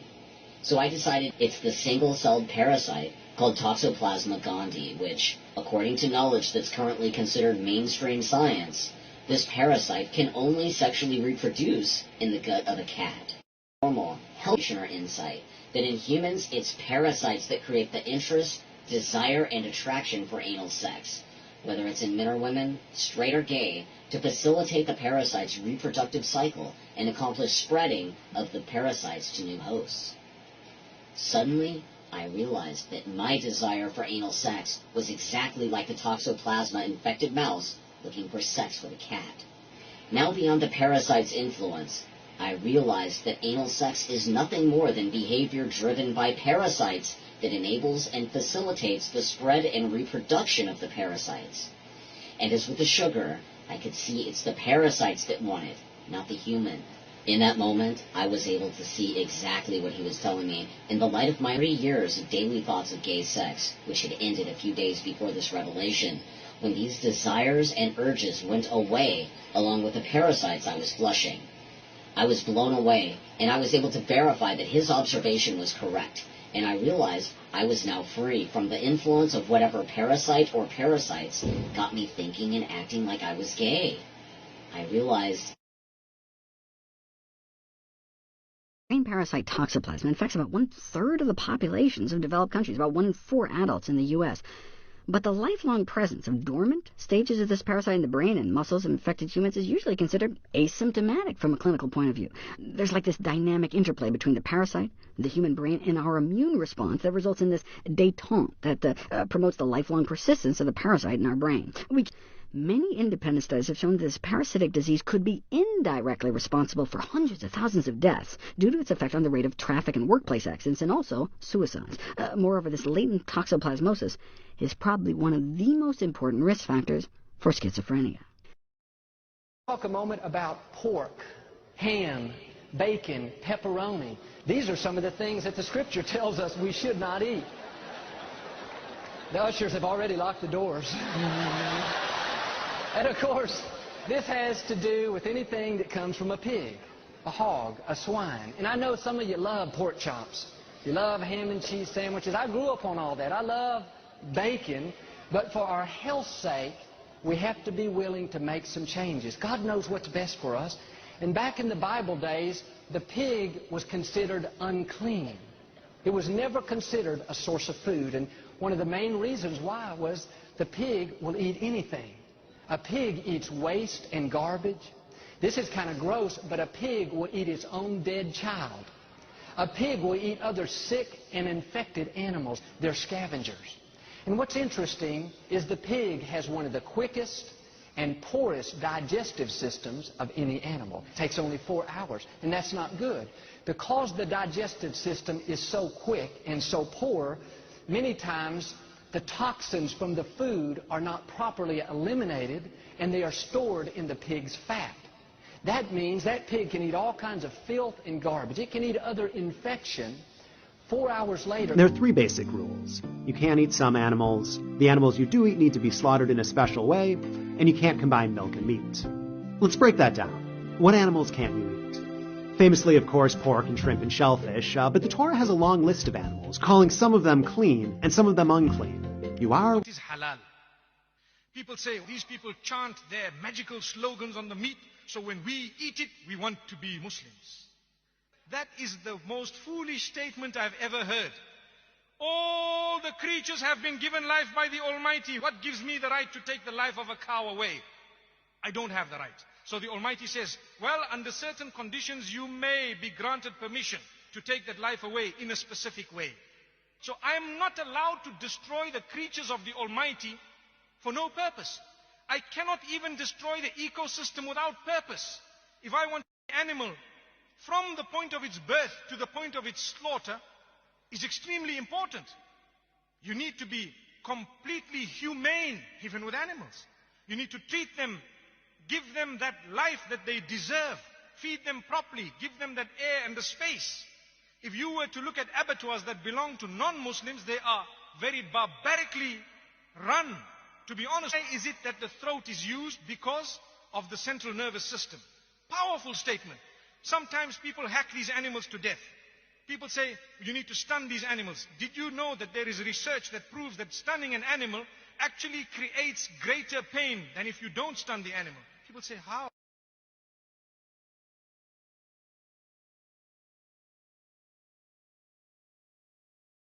To use a sharp blade, quick slice. When I burn my fingers, what happens? A message goes from the sensory nerves to my brain, central nervous system. It says, you are hurt, lift your hand up. It happens within a split second. But if the central nervous system is ruptured from the jugulars, the pain, the message goes up, it gets stuck there because it cannot go up anymore. Blood system, bloodstream, out. So what happens? It numbs to a halt. That is halal. If you were to slice it, the message will not go from the bottom to the top, nor from the top to the bottom, because the jugulars are gone. Windpipe and food pipe. And you have to take the permission of the giver of that. Right? And think about it. You might got one parasite that do that. What if you got 100 parasites in you?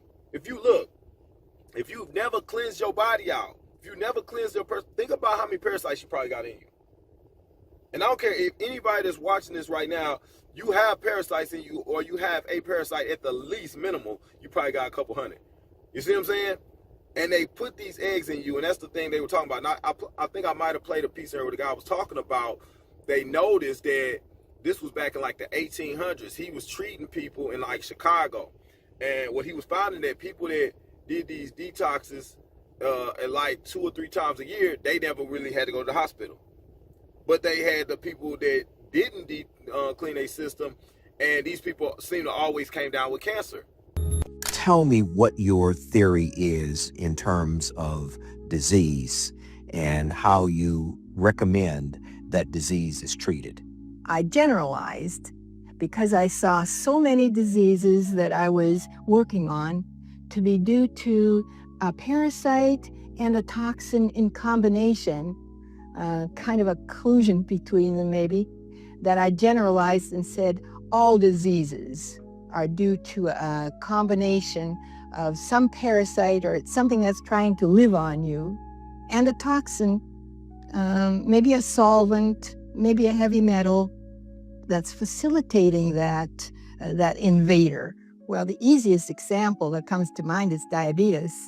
You have the pancreatic fluke invading the pancreas and pollutant wood alcohol, methyl alcohol, wood alcohol, which pollutes nearly all the processed food that we have on the market in tiny amounts. But by the time you're drinking and eating it all day long with that little bit, it adds up. And that combination, I always see in diabetes. That might not be all there is to it, but if you correct those 2 things, you recover from your diabetes.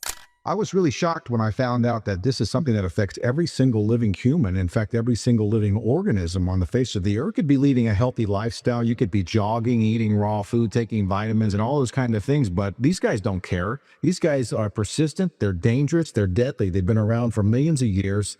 They know what they're doing. And they're inside of all of us. And we're constantly being exposed to this. Is something that we all need to take very seriously.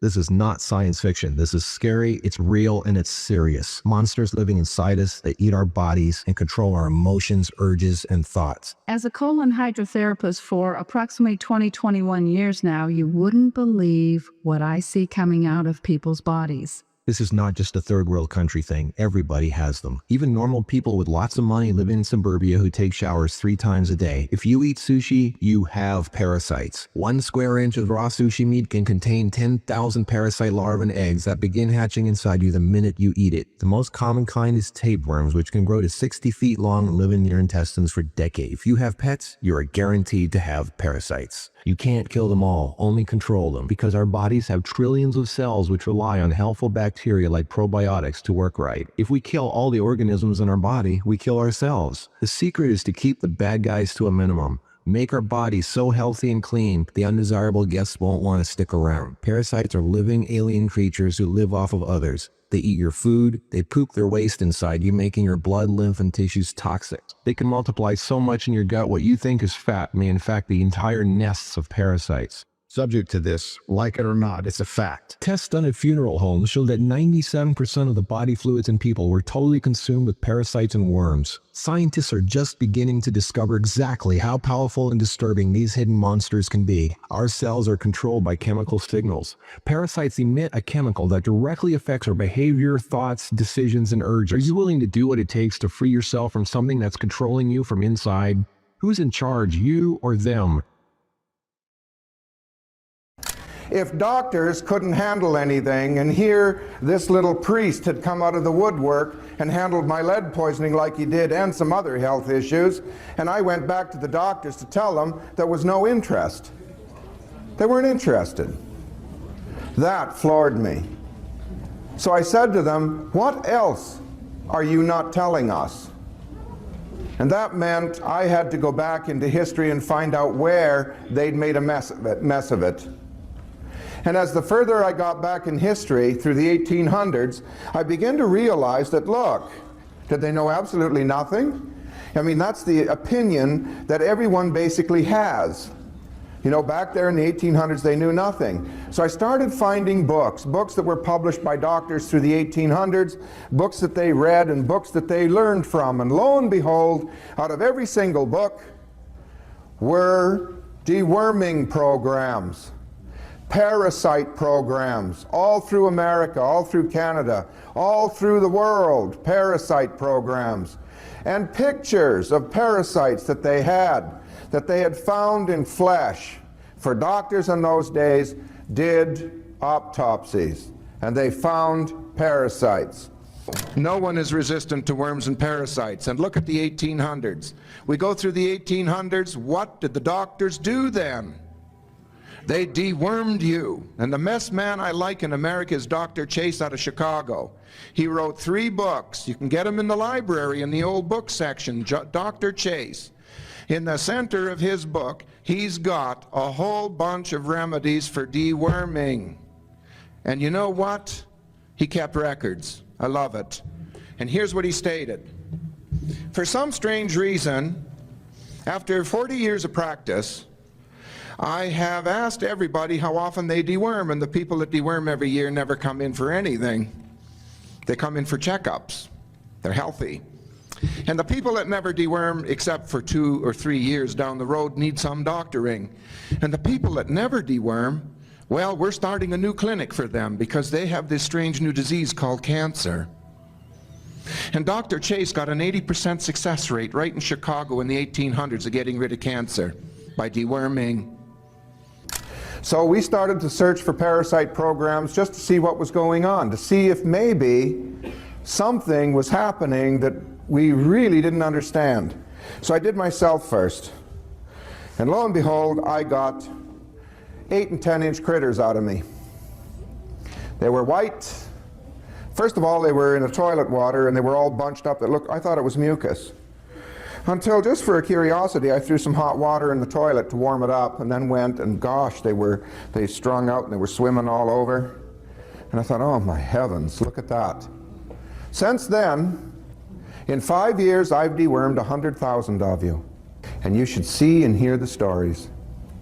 The last pictures are coming in when I get home. They should be there. The woman got 18-inch long critters out of her that were so thick she couldn't get them into a top of a juice bottle. She got 8 of them. They're usually translucent, they're usually white, and there's some of them that look like tarantula spiders, some of them look like grasshoppers, some of them look like little tiny miniature sailboats. Some of them look like little spacecraft. Yeah, this is really strange stuff. And every single person I have dewormed, I have never yet dewormed anyone where they didn't tell me, hey, I feel 25% better. Now here's the problem. We go to Safeway and we buy vegetables, right? Or we go to our garden and get vegetables. Well, thousands and thousands of eggs, parasite eggs, float in the soil and the water in the soil, and the roots from the plants suck them up into the leaves. Now, those eggs are not supposed to hatch in your body. Nature has seen to that. They're supposed to pass right through. But you buy salad dressing. Now, when they make salad dressing, they've got this huge stainless steel vat, and it makes 1 million bottles of ranch. And when they're finished with that, they want to make honey mustard, so they clean the machine out with what's called food-grade propalcohol. And when they're in a hurry like that, they don't get in there with rags and wipe it up. They just pour in the new ingredients and mix it up, and you're consuming what's called propalcohol. So we take a Petri dish and we grind up lettuce from Safeway or the health food market down there with organic vegetables, pour in a little bit of salad dressing from one of the food stores, and we grind it up and we put a swab on it on a Petri dish, and in the morning all the flukes have hatched by the hundreds. So what you're doing at body temperature is you're hatching flukes by the thousands every single day you eat salads and all this other stuff, and they get into your bloodstream. Now you have T cells, an immune system, and they see these critters and their war starts. And some of them, they just need to find a place of safety.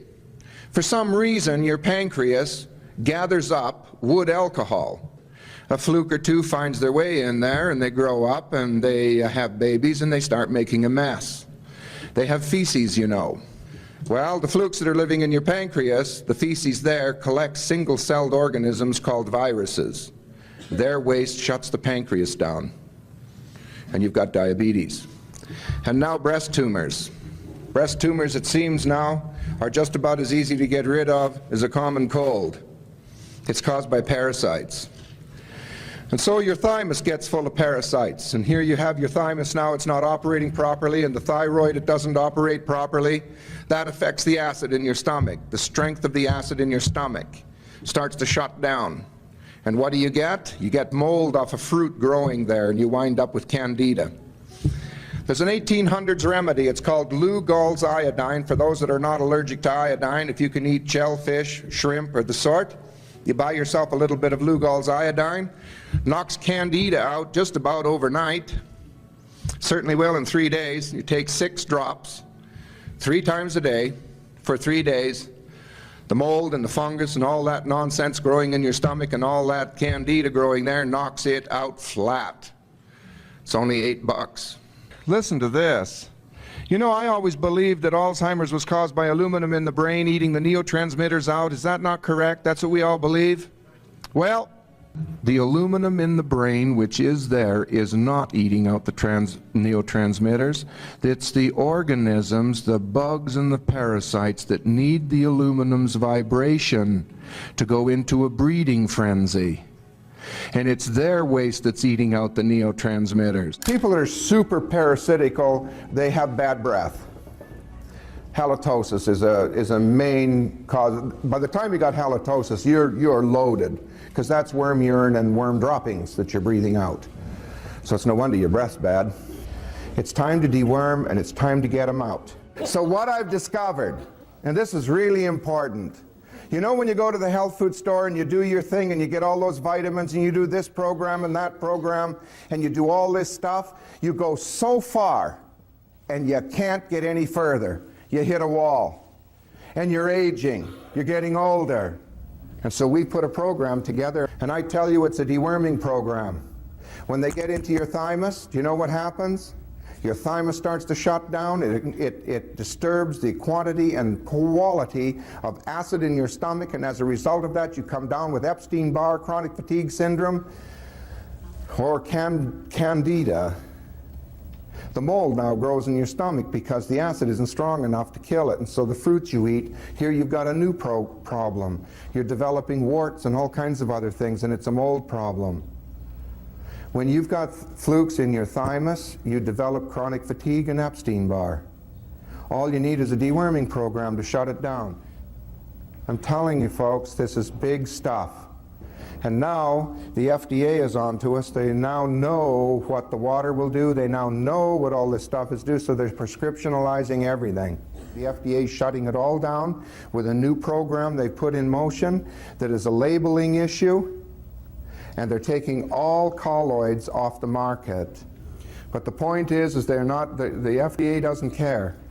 They've got you where they want you, you're not doing anything, and so they're shutting everything down. Right. For ailments, he even said specifically for ailments and sicknesses, drink a little wine, not just water. These parasites are able to influence the nerves of these animals. And so the idea behind that is like, okay, maybe these parasites are related to demons in the way that, like, you look at these old records about demons being able to like influence your thoughts and get you to do things that you wouldn't normally be doing. It's because these parasites are influencing you to act in different ways than you normally would in order to continue their reproduction, right? And to continue their lives. I mean, look, think about, and by the way, this idea of parasites getting into animals, making the animals kill themselves, Christ casting the spirits into the pigs, and the pigs all go kill themselves. Yeah, that's what I was saying. This kind of sounds a lot like that. Okay. Right. And by the way, kosher law back in the day was protecting you from parasites you would pick up from eating pigs. That's why pigs weren't kosher, in part. That's one of the theories that people think is it was something that would be eaten, right? That would actually get you parasites. So it was a way, it was a health code to keep you healthy. And so maybe keep you from all of these guys. You can't. But what if I told you that cancer, acne rosacea, multiple sclerosis, and rheumatoid arthritis, 4 different diseases in 4 different areas of medicine, what if they can all be treated with parasite medication? And that turns out for those diseases to be true. A pathologist, I think McDonald is his name, he was in Florida, I believe, he looked at 100% of MS, dead MS patients. He had a series of 10 patients that died of multiple sclerosis. 100% of them had parasites in the brain and spinal cord. So in the big picture here, we have a book called the ICD-10, which shows that we have 70,000 disease diagnoses you can come up with and codify for Medicare and Medicaid and all these different government agencies. Are there really 70,000 diseases? Or are there 70,000 presentations of a few root causes? That's where we need to go back. We're all subject to this, like it or not. It's a fact. Is it possible that there's a link between demonic entities and the negative parasitic beings that live in our bodies? When we talk about demons, what are we talking about? Evil spiritual entities? Or are they just a figment of our imagination? Well, I would say they are very real, and not only are they spiritual beings, but they can manifest into this world in many ways, and one of those ways is through parasitic organisms. Let's start with, what are the common symptoms of demon possession? 1. They have the power to influence your mind and to fill it with destructive thoughts. 2. They can have an influence on the dream realm, manifesting as shadow beings during sleep paralysis. 3. Possession usually involves becoming sick and constantly tired. 4. Your spiritual powers and ambition begin to diminish. 5. Over-extreme sexual desires that can never be fulfilled. 6. Material and egotistical desires that end up driving the person possessed and mad. And that's just the start. I'm sure it could go on, but I want you to think about the connection between demons and the infestation of parasites in the body. Most humans are not aware of how many parasites they really have. Almost all of our eating habits result in parasitic beings finding a home in the waste that fills our body. If you eat meat, let me just let you know, you are filled with parasites. Not only are high-protein diets extremely acidic, but the body doesn't know what to do with all this excess protein. And what ends up happening is our sewage system gets backed up. Also, most of us are completely enzyme deficient, and there's no way that our bodies can actually digest this meat. So you know what happens? It literally stays in your body and rots. If only you knew what your colon really looked like inside. Oh, but you're vegan. You think you're an exception? Think again. Most vegans consume an extreme amount of protein in order to compensate for not eating meat.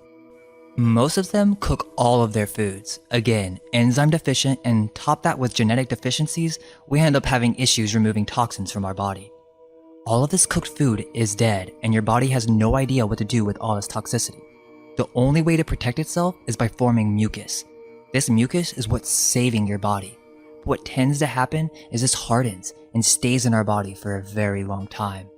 If you eat 3 times a day, you're cooking your foods, and you're not taking extra measures to cleanse your body, then you are most likely infested with parasites, meat or no meat. I think most of us can't imagine the amount of energy that we could have if we remove these parasites from the body. It's not just that, most people don't even realize that their thoughts are not even their own. This also explains why it's so difficult to silence the mind. It's not really that crazy to think that if there is something inside of us that wanted to thrive, like a parasite, that they could influence their host to make decisions that create a more hospitable environment for their kind. These microbial organisms absolutely have the ability to steer the thoughts, emotions, and actions of their host. Sounds an awful lot like possession to me. You have beings inside of you that just sit and demand what to eat, they feast all day long, and then they poop inside of you all day and night. Parasites have the ability to affect your mind. Well, we usually don't become aware of disease in our body until it manifests as a serious issue. Most people don't consider that maybe most of their tiny symptoms like tiredness, headaches, bad odor, depression, and itchiness are the first signs that something isn't right. But what do most people do? They go to the doctor and get these symptoms suppressed with what they assume will be a quick fix. These chemical medicines do not solve the issue, they just suppress it. Eventually, it will come back, and when it does, it will be a full-on disease. If we can accept that we have parasites, we can start to see why this would be connected to demons. Parasites are beings of death. They thrive off of death and rotting. They too can have an influence on your dreams. I think a common misconception is that freedom of being an adult is getting to drink booze and eat as much pizza and ice cream as you want, but those are drugs pushed on us as kids, and when we become adults, we think that we're choosing to eat those things, but all that's really happening is we're becoming slaves to our cravings. Much like a thrall is a slave to a demon. It's exactly like drug addiction. It's called the Food and Drug Administration for a reason. Why would food and drugs be lumped together if they didn't serve the same purpose? Alcohol is even called spirits. When someone has an addiction problem, they call it demons. It's also common knowledge that addiction is a disease. So if addiction is a disease, as well as a demon, then what makes any other disease not a form of demon? Typically, parasites are these long, worm-like things or fibrous beings that inhabit our guts, and they resemble antennae or fiber optics. Begs the question, if parasites can influence our thoughts, and they can influence our dreams, and they can influence our desires, then could it be possible that parasites are antennae for demonic entities to manifest in the body? Para, prefix. A prefix with many meanings, including alongside of, beside, near, resembling, beyond, apart from, and abnormal. Site, an area of ground in which a town, building, or monument is constructed. So if we imagine our bodies as temples, this word begins to make a lot of sense. Something that is inside your body that shouldn't be. Almost all religions attribute worms and parasites as being evil or the work of Satan. Is it influenza? Or is it the influence of demonic entities? The word influenza even sounds like influence, so what do people say when you sneeze? They bless you. Why would they do that? The average answer, of course, is that people in the olden days were just dumb Christian zealots who attributed everything to Jesus and blessings, because the general idea is that they were stupider in the past. However, I expect that the perpetuation of that idea is to cause confusion and mistrust in all things spiritual. Even schizophrenia, where many people see and hear evil voices from all around, could be caused by a disharmony of the body and an infestation of parasites. From Science Daily, quote, recent studies have found evidence of worrisome impacts, including an association with schizophrenia because of the parasite T. gondii. It's found in the brain as well in the muscles. In addition, field and laboratory studies in mice, rats, and people have shown that infection with T. gondii triggers change in behavior and personality. Here's a study that goes over this same exact thing. A growing body of evidence suggests a correlation between schizophrenia and exposure to infectious agents.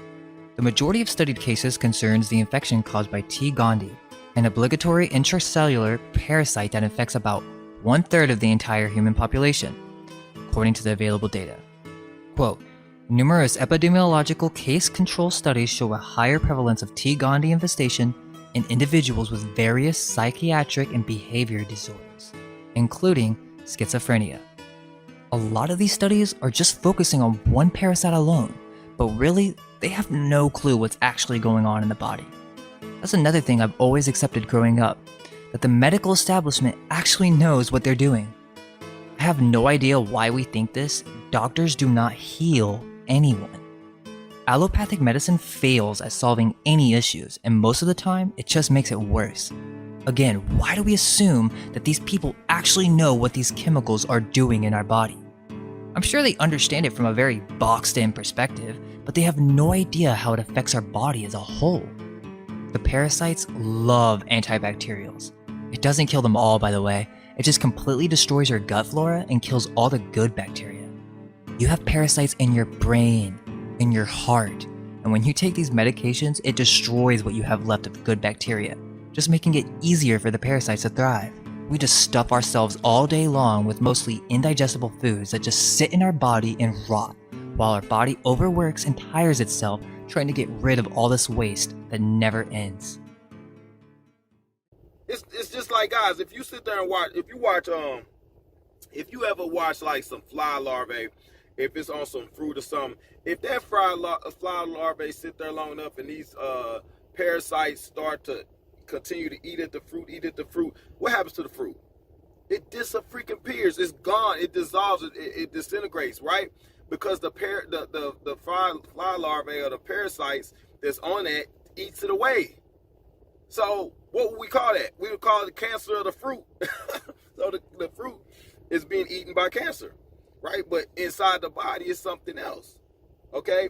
And then you got these other things, man, that's in the body that keeps your body from generating the stomach acid that kills like fungi and mold and stuff. So mold and fungi and stuff will grow in your stomach if you get these certain toxins in your body that keep you from formulating that, which it affects certain cells in the body, man. It's let me see how I put this. It's a process, okay, that has been implemented by these different sciences and stuff that have been working against you, not working in your favor. They've developed things. Like I tell you, when you donate or you put money toward these different programs, it's never to help you. They do stuff to generate different ideas on ways to kill you. But that's beside the point, all right? Because this stuff has been going on for ages. All right, this is just their method of control, and it's a highly intelligent way to control the population and to get the stuff that they want, they desire. All right, so the world's population is infested with parasites. All right, and the people that don't know this, they end up on their deathbed a lot sooner than others. All right, and they die from these different things, and they don't know what happened. They don't know what hit them. All right, I'm telling y'all now, because those that listen, they're going to extend their life by potentially decades. Do you understand what I'm saying? If you don't listen and you go another 10 years, and a lot of you going to come down with some form of cancer or something. You're not going to just go through life healthy. Mostly people are dying, and they say they died of natural causes. People are dying from kidney failures and stuff like that, and these heart diseases and these different neurological issues and stuff, and cancer. This is the way people are dying, right? So in order to prevent that, guys, you have got to cleanse out your system of these parasites, not just because of that, but also because of the possession and the spiritual piece to it. So it's win-win either way you go. If you don't do the bare minimum, guys, at some point this is going to affect you, and by that time it may be very well be too late. Now, in the case of the person I'm talking about, they got the MS. It's getting worse. It's deteriorating their body. I don't know if it's something that can help them once it gets to that point. But because you think about it, now the body regenerates itself. All right, it does regenerate itself. God did give us the power to heal and regenerate, but they've given us stuff as children, like these different things that they give us, these schedules and whatnot, that cause our body not to have the regenerative powers that they're supposed to have.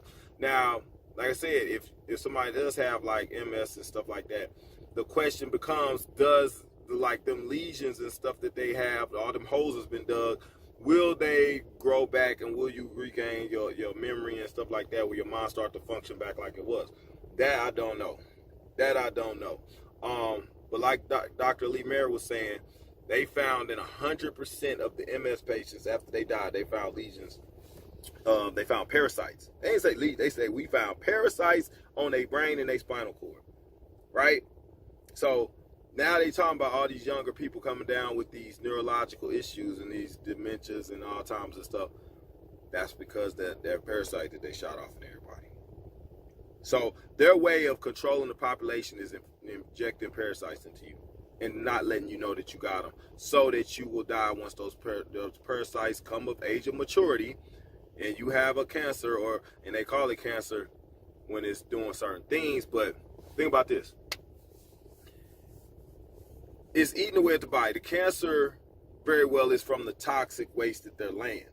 But if they're eating away at something as well, that's still a condition in itself. So you're eating at something, so that's deteriorating, and also it's laying the toxic waste, so that's another form of deterioration of the body. But it's also another type of, it's like almost like an infection or something, okay? Because now this toxic stuff in the body that these things are laying, just like your toxic waste is, you can't put that on you and leave. That's feces and stuff, that's toxic, right? You don't want feces on you, that'll cause you problems.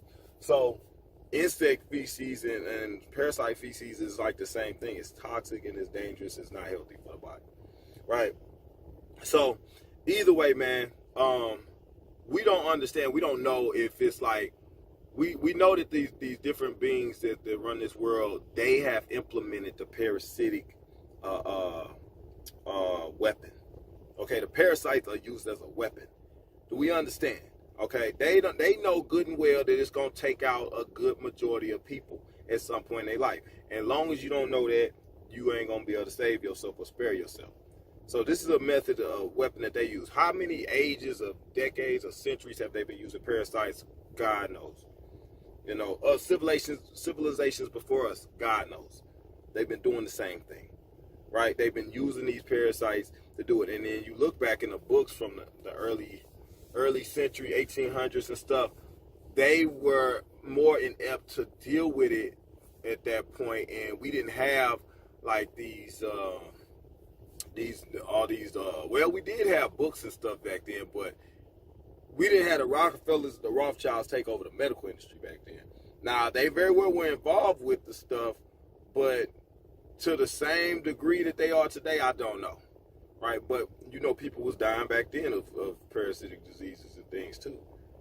But I think it's different now when you got all these different levels or lines of communications or different, different ways to transcribe information opposed to how it was back then. So the chances of people having these issues, it's a lot greater now because the misinformation that's being pushed out there, like they're telling you, do this, go do that. And y'all got to understand, like I told y'all, you look at my YouTube channel, that's proof in itself. Like my YouTube channel alone, I'm telling y'all the right stuff to do to help save your life, and they're labeling it misinformation, but they'll sit out there and put stuff on commercials and stuff every day that I showed y'all and proving to y'all is actually killing you. They pushing that, promoting that. So you got to look at who's in power, who's in control. The beings that's been here have been doing that. They very well were doing it back then too. I showed y'all the bubonic plague, and We know the swine flu, and it was one before that. Can't think of it. But they were all every 100 years, they ran a depopulation program. Every 100 years down to the month. Woo! That's some cold stuff, right? They ran these population programs. So, these depopulation programs.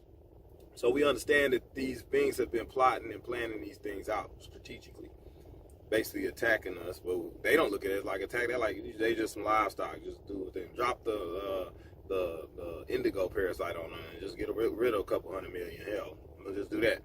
This is how they think. All right. So we have to understand that, man, and we have to be proactive. All right. I just was talking to, man, seeing this, folks going through this MS, this dementia, all this stuff, man, and knowing what I know today. I got on the phone with my mom, so real quick, I'm like, Mom, yo, I'm about to send you another detox package. Detox right now. Like, I want my mom, I want her to outlive most, elderly people. I want her to be one of them mothers that live to be like 100 and something, 120 or something. And we could look back at that time like, dang, well, she never got Alzheimer's. She never got dementia. She didn't come down with the cancer. She didn't come down with the blood diseases or nothing. I want my mom to be one of the people. Now that I know what I know, I feel like I can make a difference in the lives of my family members and friends. So for me, like, I'm doing my detox, but I'm making sure that everybody, get the detoxes and stuff like that so that they can do their thing. So yeah. Anyway, guys, like I said, I'm just, now that I know, and it's the thing, it's a good thing I got the channel and stuff, man. I wish I could reach more people, because it's like, oh, you found a cure. It's not necessarily I found a cure, but I found the remedy for outliving the average life expectancy for most people, which is simple. It's simple. Just clean your system, because they're using it as a depopulation program. And if we know this is what they're doing to depopulate, then all we got to do is clean that out. And that was you should get your full life expectancy. Like, you should get all of your years. All right, because not only are we talking about eliminating the potential of ending up with Alzheimer's, dementia, or memory loss, and all this neurological stuff and cancer, but you also talking about better health, because those parasites also are the reason why your immune system is depleted and you cannot fight off diseases and infections the same. Not just that, because they put other stuff and toxins and poisons in the schedules that we took as children to bust us up as far as our health, but we also know that stuff was supposed to cut off our spirituality. Guys, I keep telling you, you don't know this world. This world is not what you thought it was. It's not what it's made out to be. Okay? We just getting secrets and stuff that a lot of people don't have. So you got to take advantage of that. Take advantage as far as helping your health, but also as far as helping your IQ level, and also helping you evolve spiritually. All of this stuff is something that's at your disposal now. Okay? There's no excuse for some people to have some of the issues they have now. Right? Like, you can't come down with dementia, Alzheimer's and stuff if you don't have parasites in your brain. But if you leave the parasites in your system and they hatch, these eggs that are constantly being put in our system, if you allow them things to hatch and they go throughout your body, you're going to have some kind of jacked up problem. All right? And understand that like 70% of people over their lifetime end up with one of these cancers or dementias or something like that. Or one of these parasite related deaths. So if you can eliminate that as one of your issues, then by golly, why not? It's my thing. So like I said, as far as me, man, I just know what I'm doing for myself. I know what I'm doing for my family and stuff, man, is making sure, because this is bigger than just the health thing. It's also part of the spiritual part. Okay? The spiritual battle that's going on. All right? Like, this is a war of wars that's been going on for ages. A lot of people don't know this. A lot of people have died and they never knew why they died. They don't know how they died. They don't know nothing about anything that's going on. You are more privileged to the information. Do what thou wilt with that information. But don't allow yourself to be a victim and have these things happen to you that's happened to everybody else when you know better. You see what I'm saying? So, anywho, guys, like I said, I just wanted to come on here and talk about that because it was pertinent right now with what's going on with some folks, man. I'm seeing it. I'm like, man, all these folks having this parasitic related crap going on. And it's sad. It's sad because the doctors, and you look at the doctors in the hospital, they ain't even addressing the real issue. They just going right around it. And like, I'm watching, I'm just like, so y'all just gonna act like y'all don't know she getting eaten alive by parasites, huh? Y'all just gonna act like y'all don't know. Or maybe y'all don't know, or y'all just, yeah, like we said, they train not to deal with it. So you got these people going through this different shit, and there ain't nothing they could deal with. So yeah, basically though, guys, if you figure out that you under attack, which we figure out we under attack by invisible enemy, you know, in so many ways, then once you find out what they're doing to you as a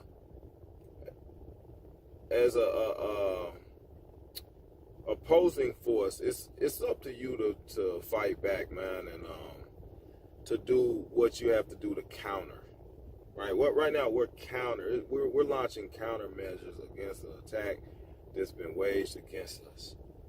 You see, and I think the people that, and I strongly feel like, I'm gonna tell you what I really believe.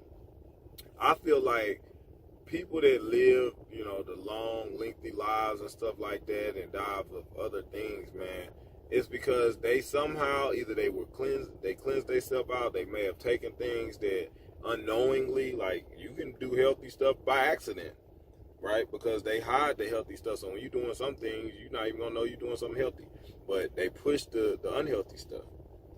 You see what I mean? And then when you do find something healthy, they put it out there, they try to lie. Like they just said recently, like, don't take vitamin D.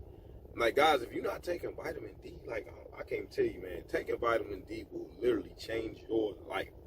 Get you some vitamin D. Get you some vitamin D, if nothing else. But the powers that be are trying to demonize that, just like they try to demonize vitamin C when the pandemic hit. Right? These are the things that they know that will keep you healthy. So they try to make it look bad. They tell you, they give fake studies. They tell you different things, lies. They fabricate articles about stuff happening to people that did these things. Say it give you, like, think about it. When people was dying from taking a walk, they wouldn't put it on there. But they would be quick to put somebody on there. 1 out of 100 million people then died from taking vitamin D. And it wasn't even vitamin D related. They might have been dying of some other ailment, just like they did with the pandemic. They was like, all these people died. And then later on, it was like, well, they did have these other issues going on that caused it. You see what I'm saying? When people was dying of COVID, it wasn't that they was dying of COVID. They had other things, but they used it to scare tactic. They used it as a scare tactic. So they applied it to the news by giving it to you as, oh, they died and they had COVID. But they didn't tell you, like, oh, this person had diabetes, this person had high blood pressure, this person was dealing with kidney failure already, and then they got COVID. They wouldn't tell you that, right? But that's what they do with the vitamin D. They don't tell you that this person that died of taking vitamin D was taking vitamin D. He took the large dose that they say don't take, which you should take the large dose, okay? Don't get twisted. They want to lie and tell you not to, but that large dose, if you're taking vitamin D, it will keep you healthy and you will avoid the hospital, all right? But they want to tell you, oh, yeah, he died of vitamin D, but they won't tell you, oh, he had this, that, and the other too. But see, then they can use that as a study and say, oh, don't take vitamin D, so they can throw you off. They're always trying to throw you off, all right? They are the enemy. The enemy has control of our sources of communication information. So if every book in the library, every book in the colleges, every book in the universities, every book on this planet is misinformation.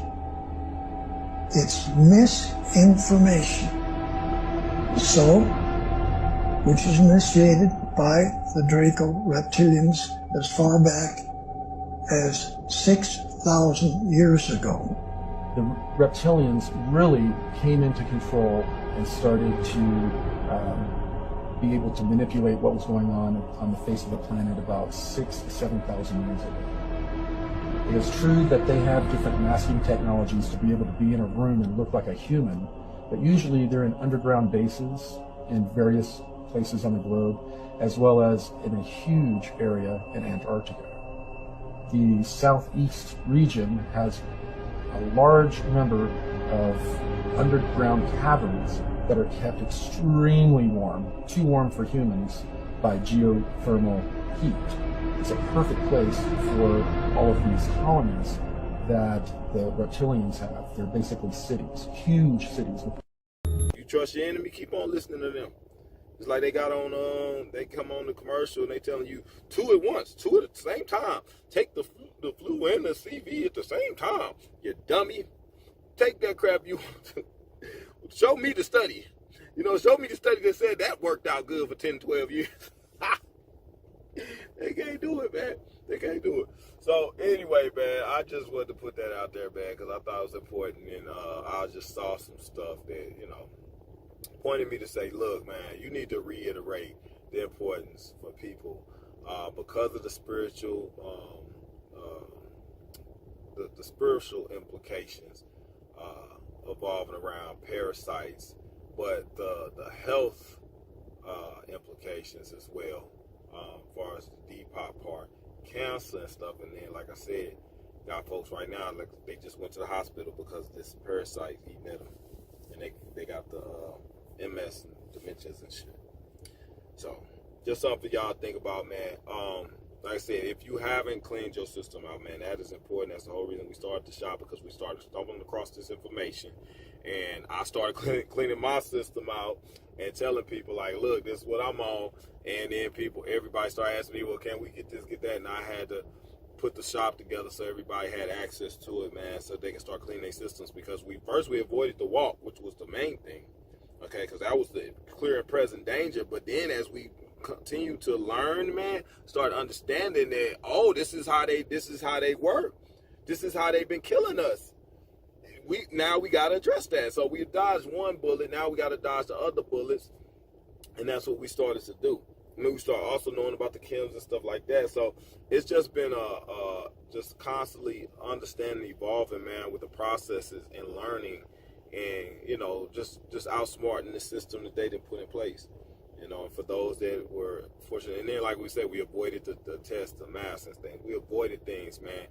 The programming and stuff, man, the mind control and stuff. We've been avoiding a lot of stuff, man. But this is what they're using now. This is where we at. So as long as you're learning it and you're continuing to adapt to these different methods and tactics that they deploying against us, man, you'll be fine.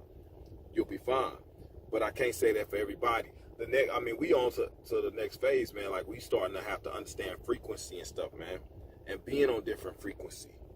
You understand? Like, different frequency, you see different things. Like, these different beings and stuff that's operating in this world. It's like it's ships in the sky and stuff, but they on a different frequency. You can't see them. The realms is based off frequency and stuff, man. Like heaven and hell and fourth, fifth dimension, we talking about frequency. You gotta be on that frequency to be able to get there. You have to be vibrating at a certain, like I said, you have to be vibrating at a certain level to be able to be on them frequencies. You can't go to heaven unless you vibrating at a certain level. That's why we talk about Jesus in your heart and Christ in your mind, Christ consciousness, because Christ consciousness is the only thing that can get you up to that frequency. But your heart gotta be right. Remember, the heart and the pineal, like, those got to be in line. Okay, for you to be able to hit the frequency that you need to hit. You got to be able to vibrate where you need to be vibrating. If not, then you're gonna be on a hellish frequency. All right, this is part of the hidden science behind this world. It's part of the hidden science. Like, it's beings walking amongst us and right next to us and like right around us, and you can't see them because you're not on that frequency, right? Life is parallels, frequency, all of this stuff. All this stuff is part of it, man. So anyway, man, I ain't gonna keep y'all no longer. I just want to put this out there. I had a lot of pieces that I had for this video, so I hope I was able to get it all in there, man. If you haven't got a chance, man, to get your system cleaned up, man, it's never a bad time to start. Don't wait till you come down with one of these things and then be trying to fix it. I see so many people, and I got people that's showing up at the shop and people that's sending me emails asking me, well, how can I address this now and that, after they done got the stuff. Like, it's easy to do preventative action, man, than it is to be trying to fix or correct something that's happened. Like, think about it. Like I just said, the person I'm talking about got the lesions, and the lesions are in the brain now. The parasites have arrived. They have arrived. They've manifested in your body so long that they've got to that point where they've gotten to your brain. They've traveled through the blood and stuff, and they've gotten to your brain. Now they eat, and they've been eating for a while. Just like sometimes when they lay these eggs been sitting in your body for a while. They finally hatched. That's why the doctors say we see a tumor or we see a cyst. You see what I'm saying? It might be cancerous because it might hatch. I keep saying they might hatch. If the conditions are right, if certain things, like, that's why they put what is it? Dang, guys, what is it? They put the, dang, why can I think of it right now? Something they put in the walk in the test, man, but it helps create a better atmosphere for these things to thrive in. Do you understand what I'm saying? So if the atmosphere that these eggs are in, it's like incubating. Okay, if you got a good environment for them to hatch in, then yeah, and it comes down to the foods and stuff that you eat and the stuff that you consume. If those conditions are met, them things will hatch, and then you will have cancer. Do you understand how it works? So for you have got to disrupt that habitat. You got to disrupt their environment. If you don't, those people that don't disrupt it, they're gonna end up seeing or having the repercussions behind it from not disrupting their habitat.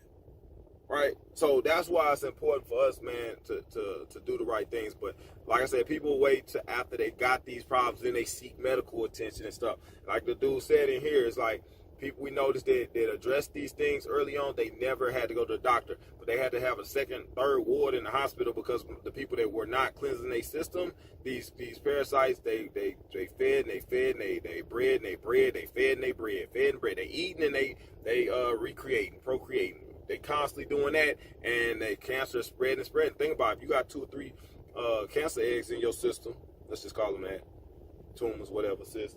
You got 2 or 3 of them in your system, they all hatch at the same time, boom. Your whole inside's getting eaten up. Basically what's happening. So, anywho, guys, I ain't gonna make this video no longer. Just want to talk about that. Like I said, people coming in last minute trying to get help for themselves. Same thing showing up the doctor, and also you got stage 4, and you didn't even know it because you got all these damn eggs. So yeah, guys, but doing that is gonna give you back control of yourself, man, your minds, your health, and everything else, man. So if you haven't, get yourself by Detox Shop, detoxificationbypurification.com. All right. If you've been doing other methods for yourself, then continue to do so. Cleanse your system out. Get these mind control parasites, these depopulation programs they put out here. Get them out your system. All right. Anyway, guys, I'll catch you on the next video. And there's nothing wrong with it. We have to face facts. Only a few seconds got on the air.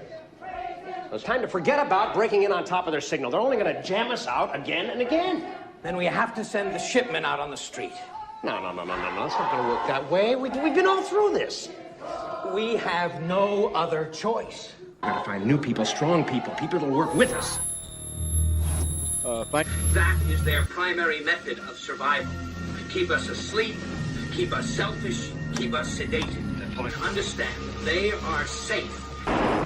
The Oscar winners give a press conference, and how to buy a sailboat as prime news. Like shit. I'm out of here.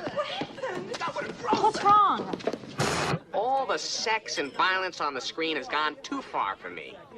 I'm fed up with it. Filmmakers like George Romero and John... Teeth, goddammit! Let me see them!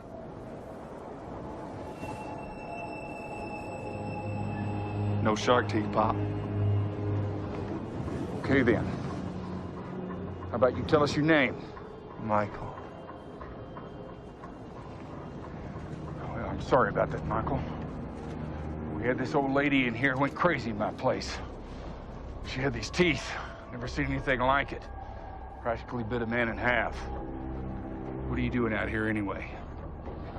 You don't look like any policeman I ever saw. Even one from LA. There are pockets of resistance all around the planet. We've been fighting a long time. If you're listening to this, you are not alone. You are the resistance.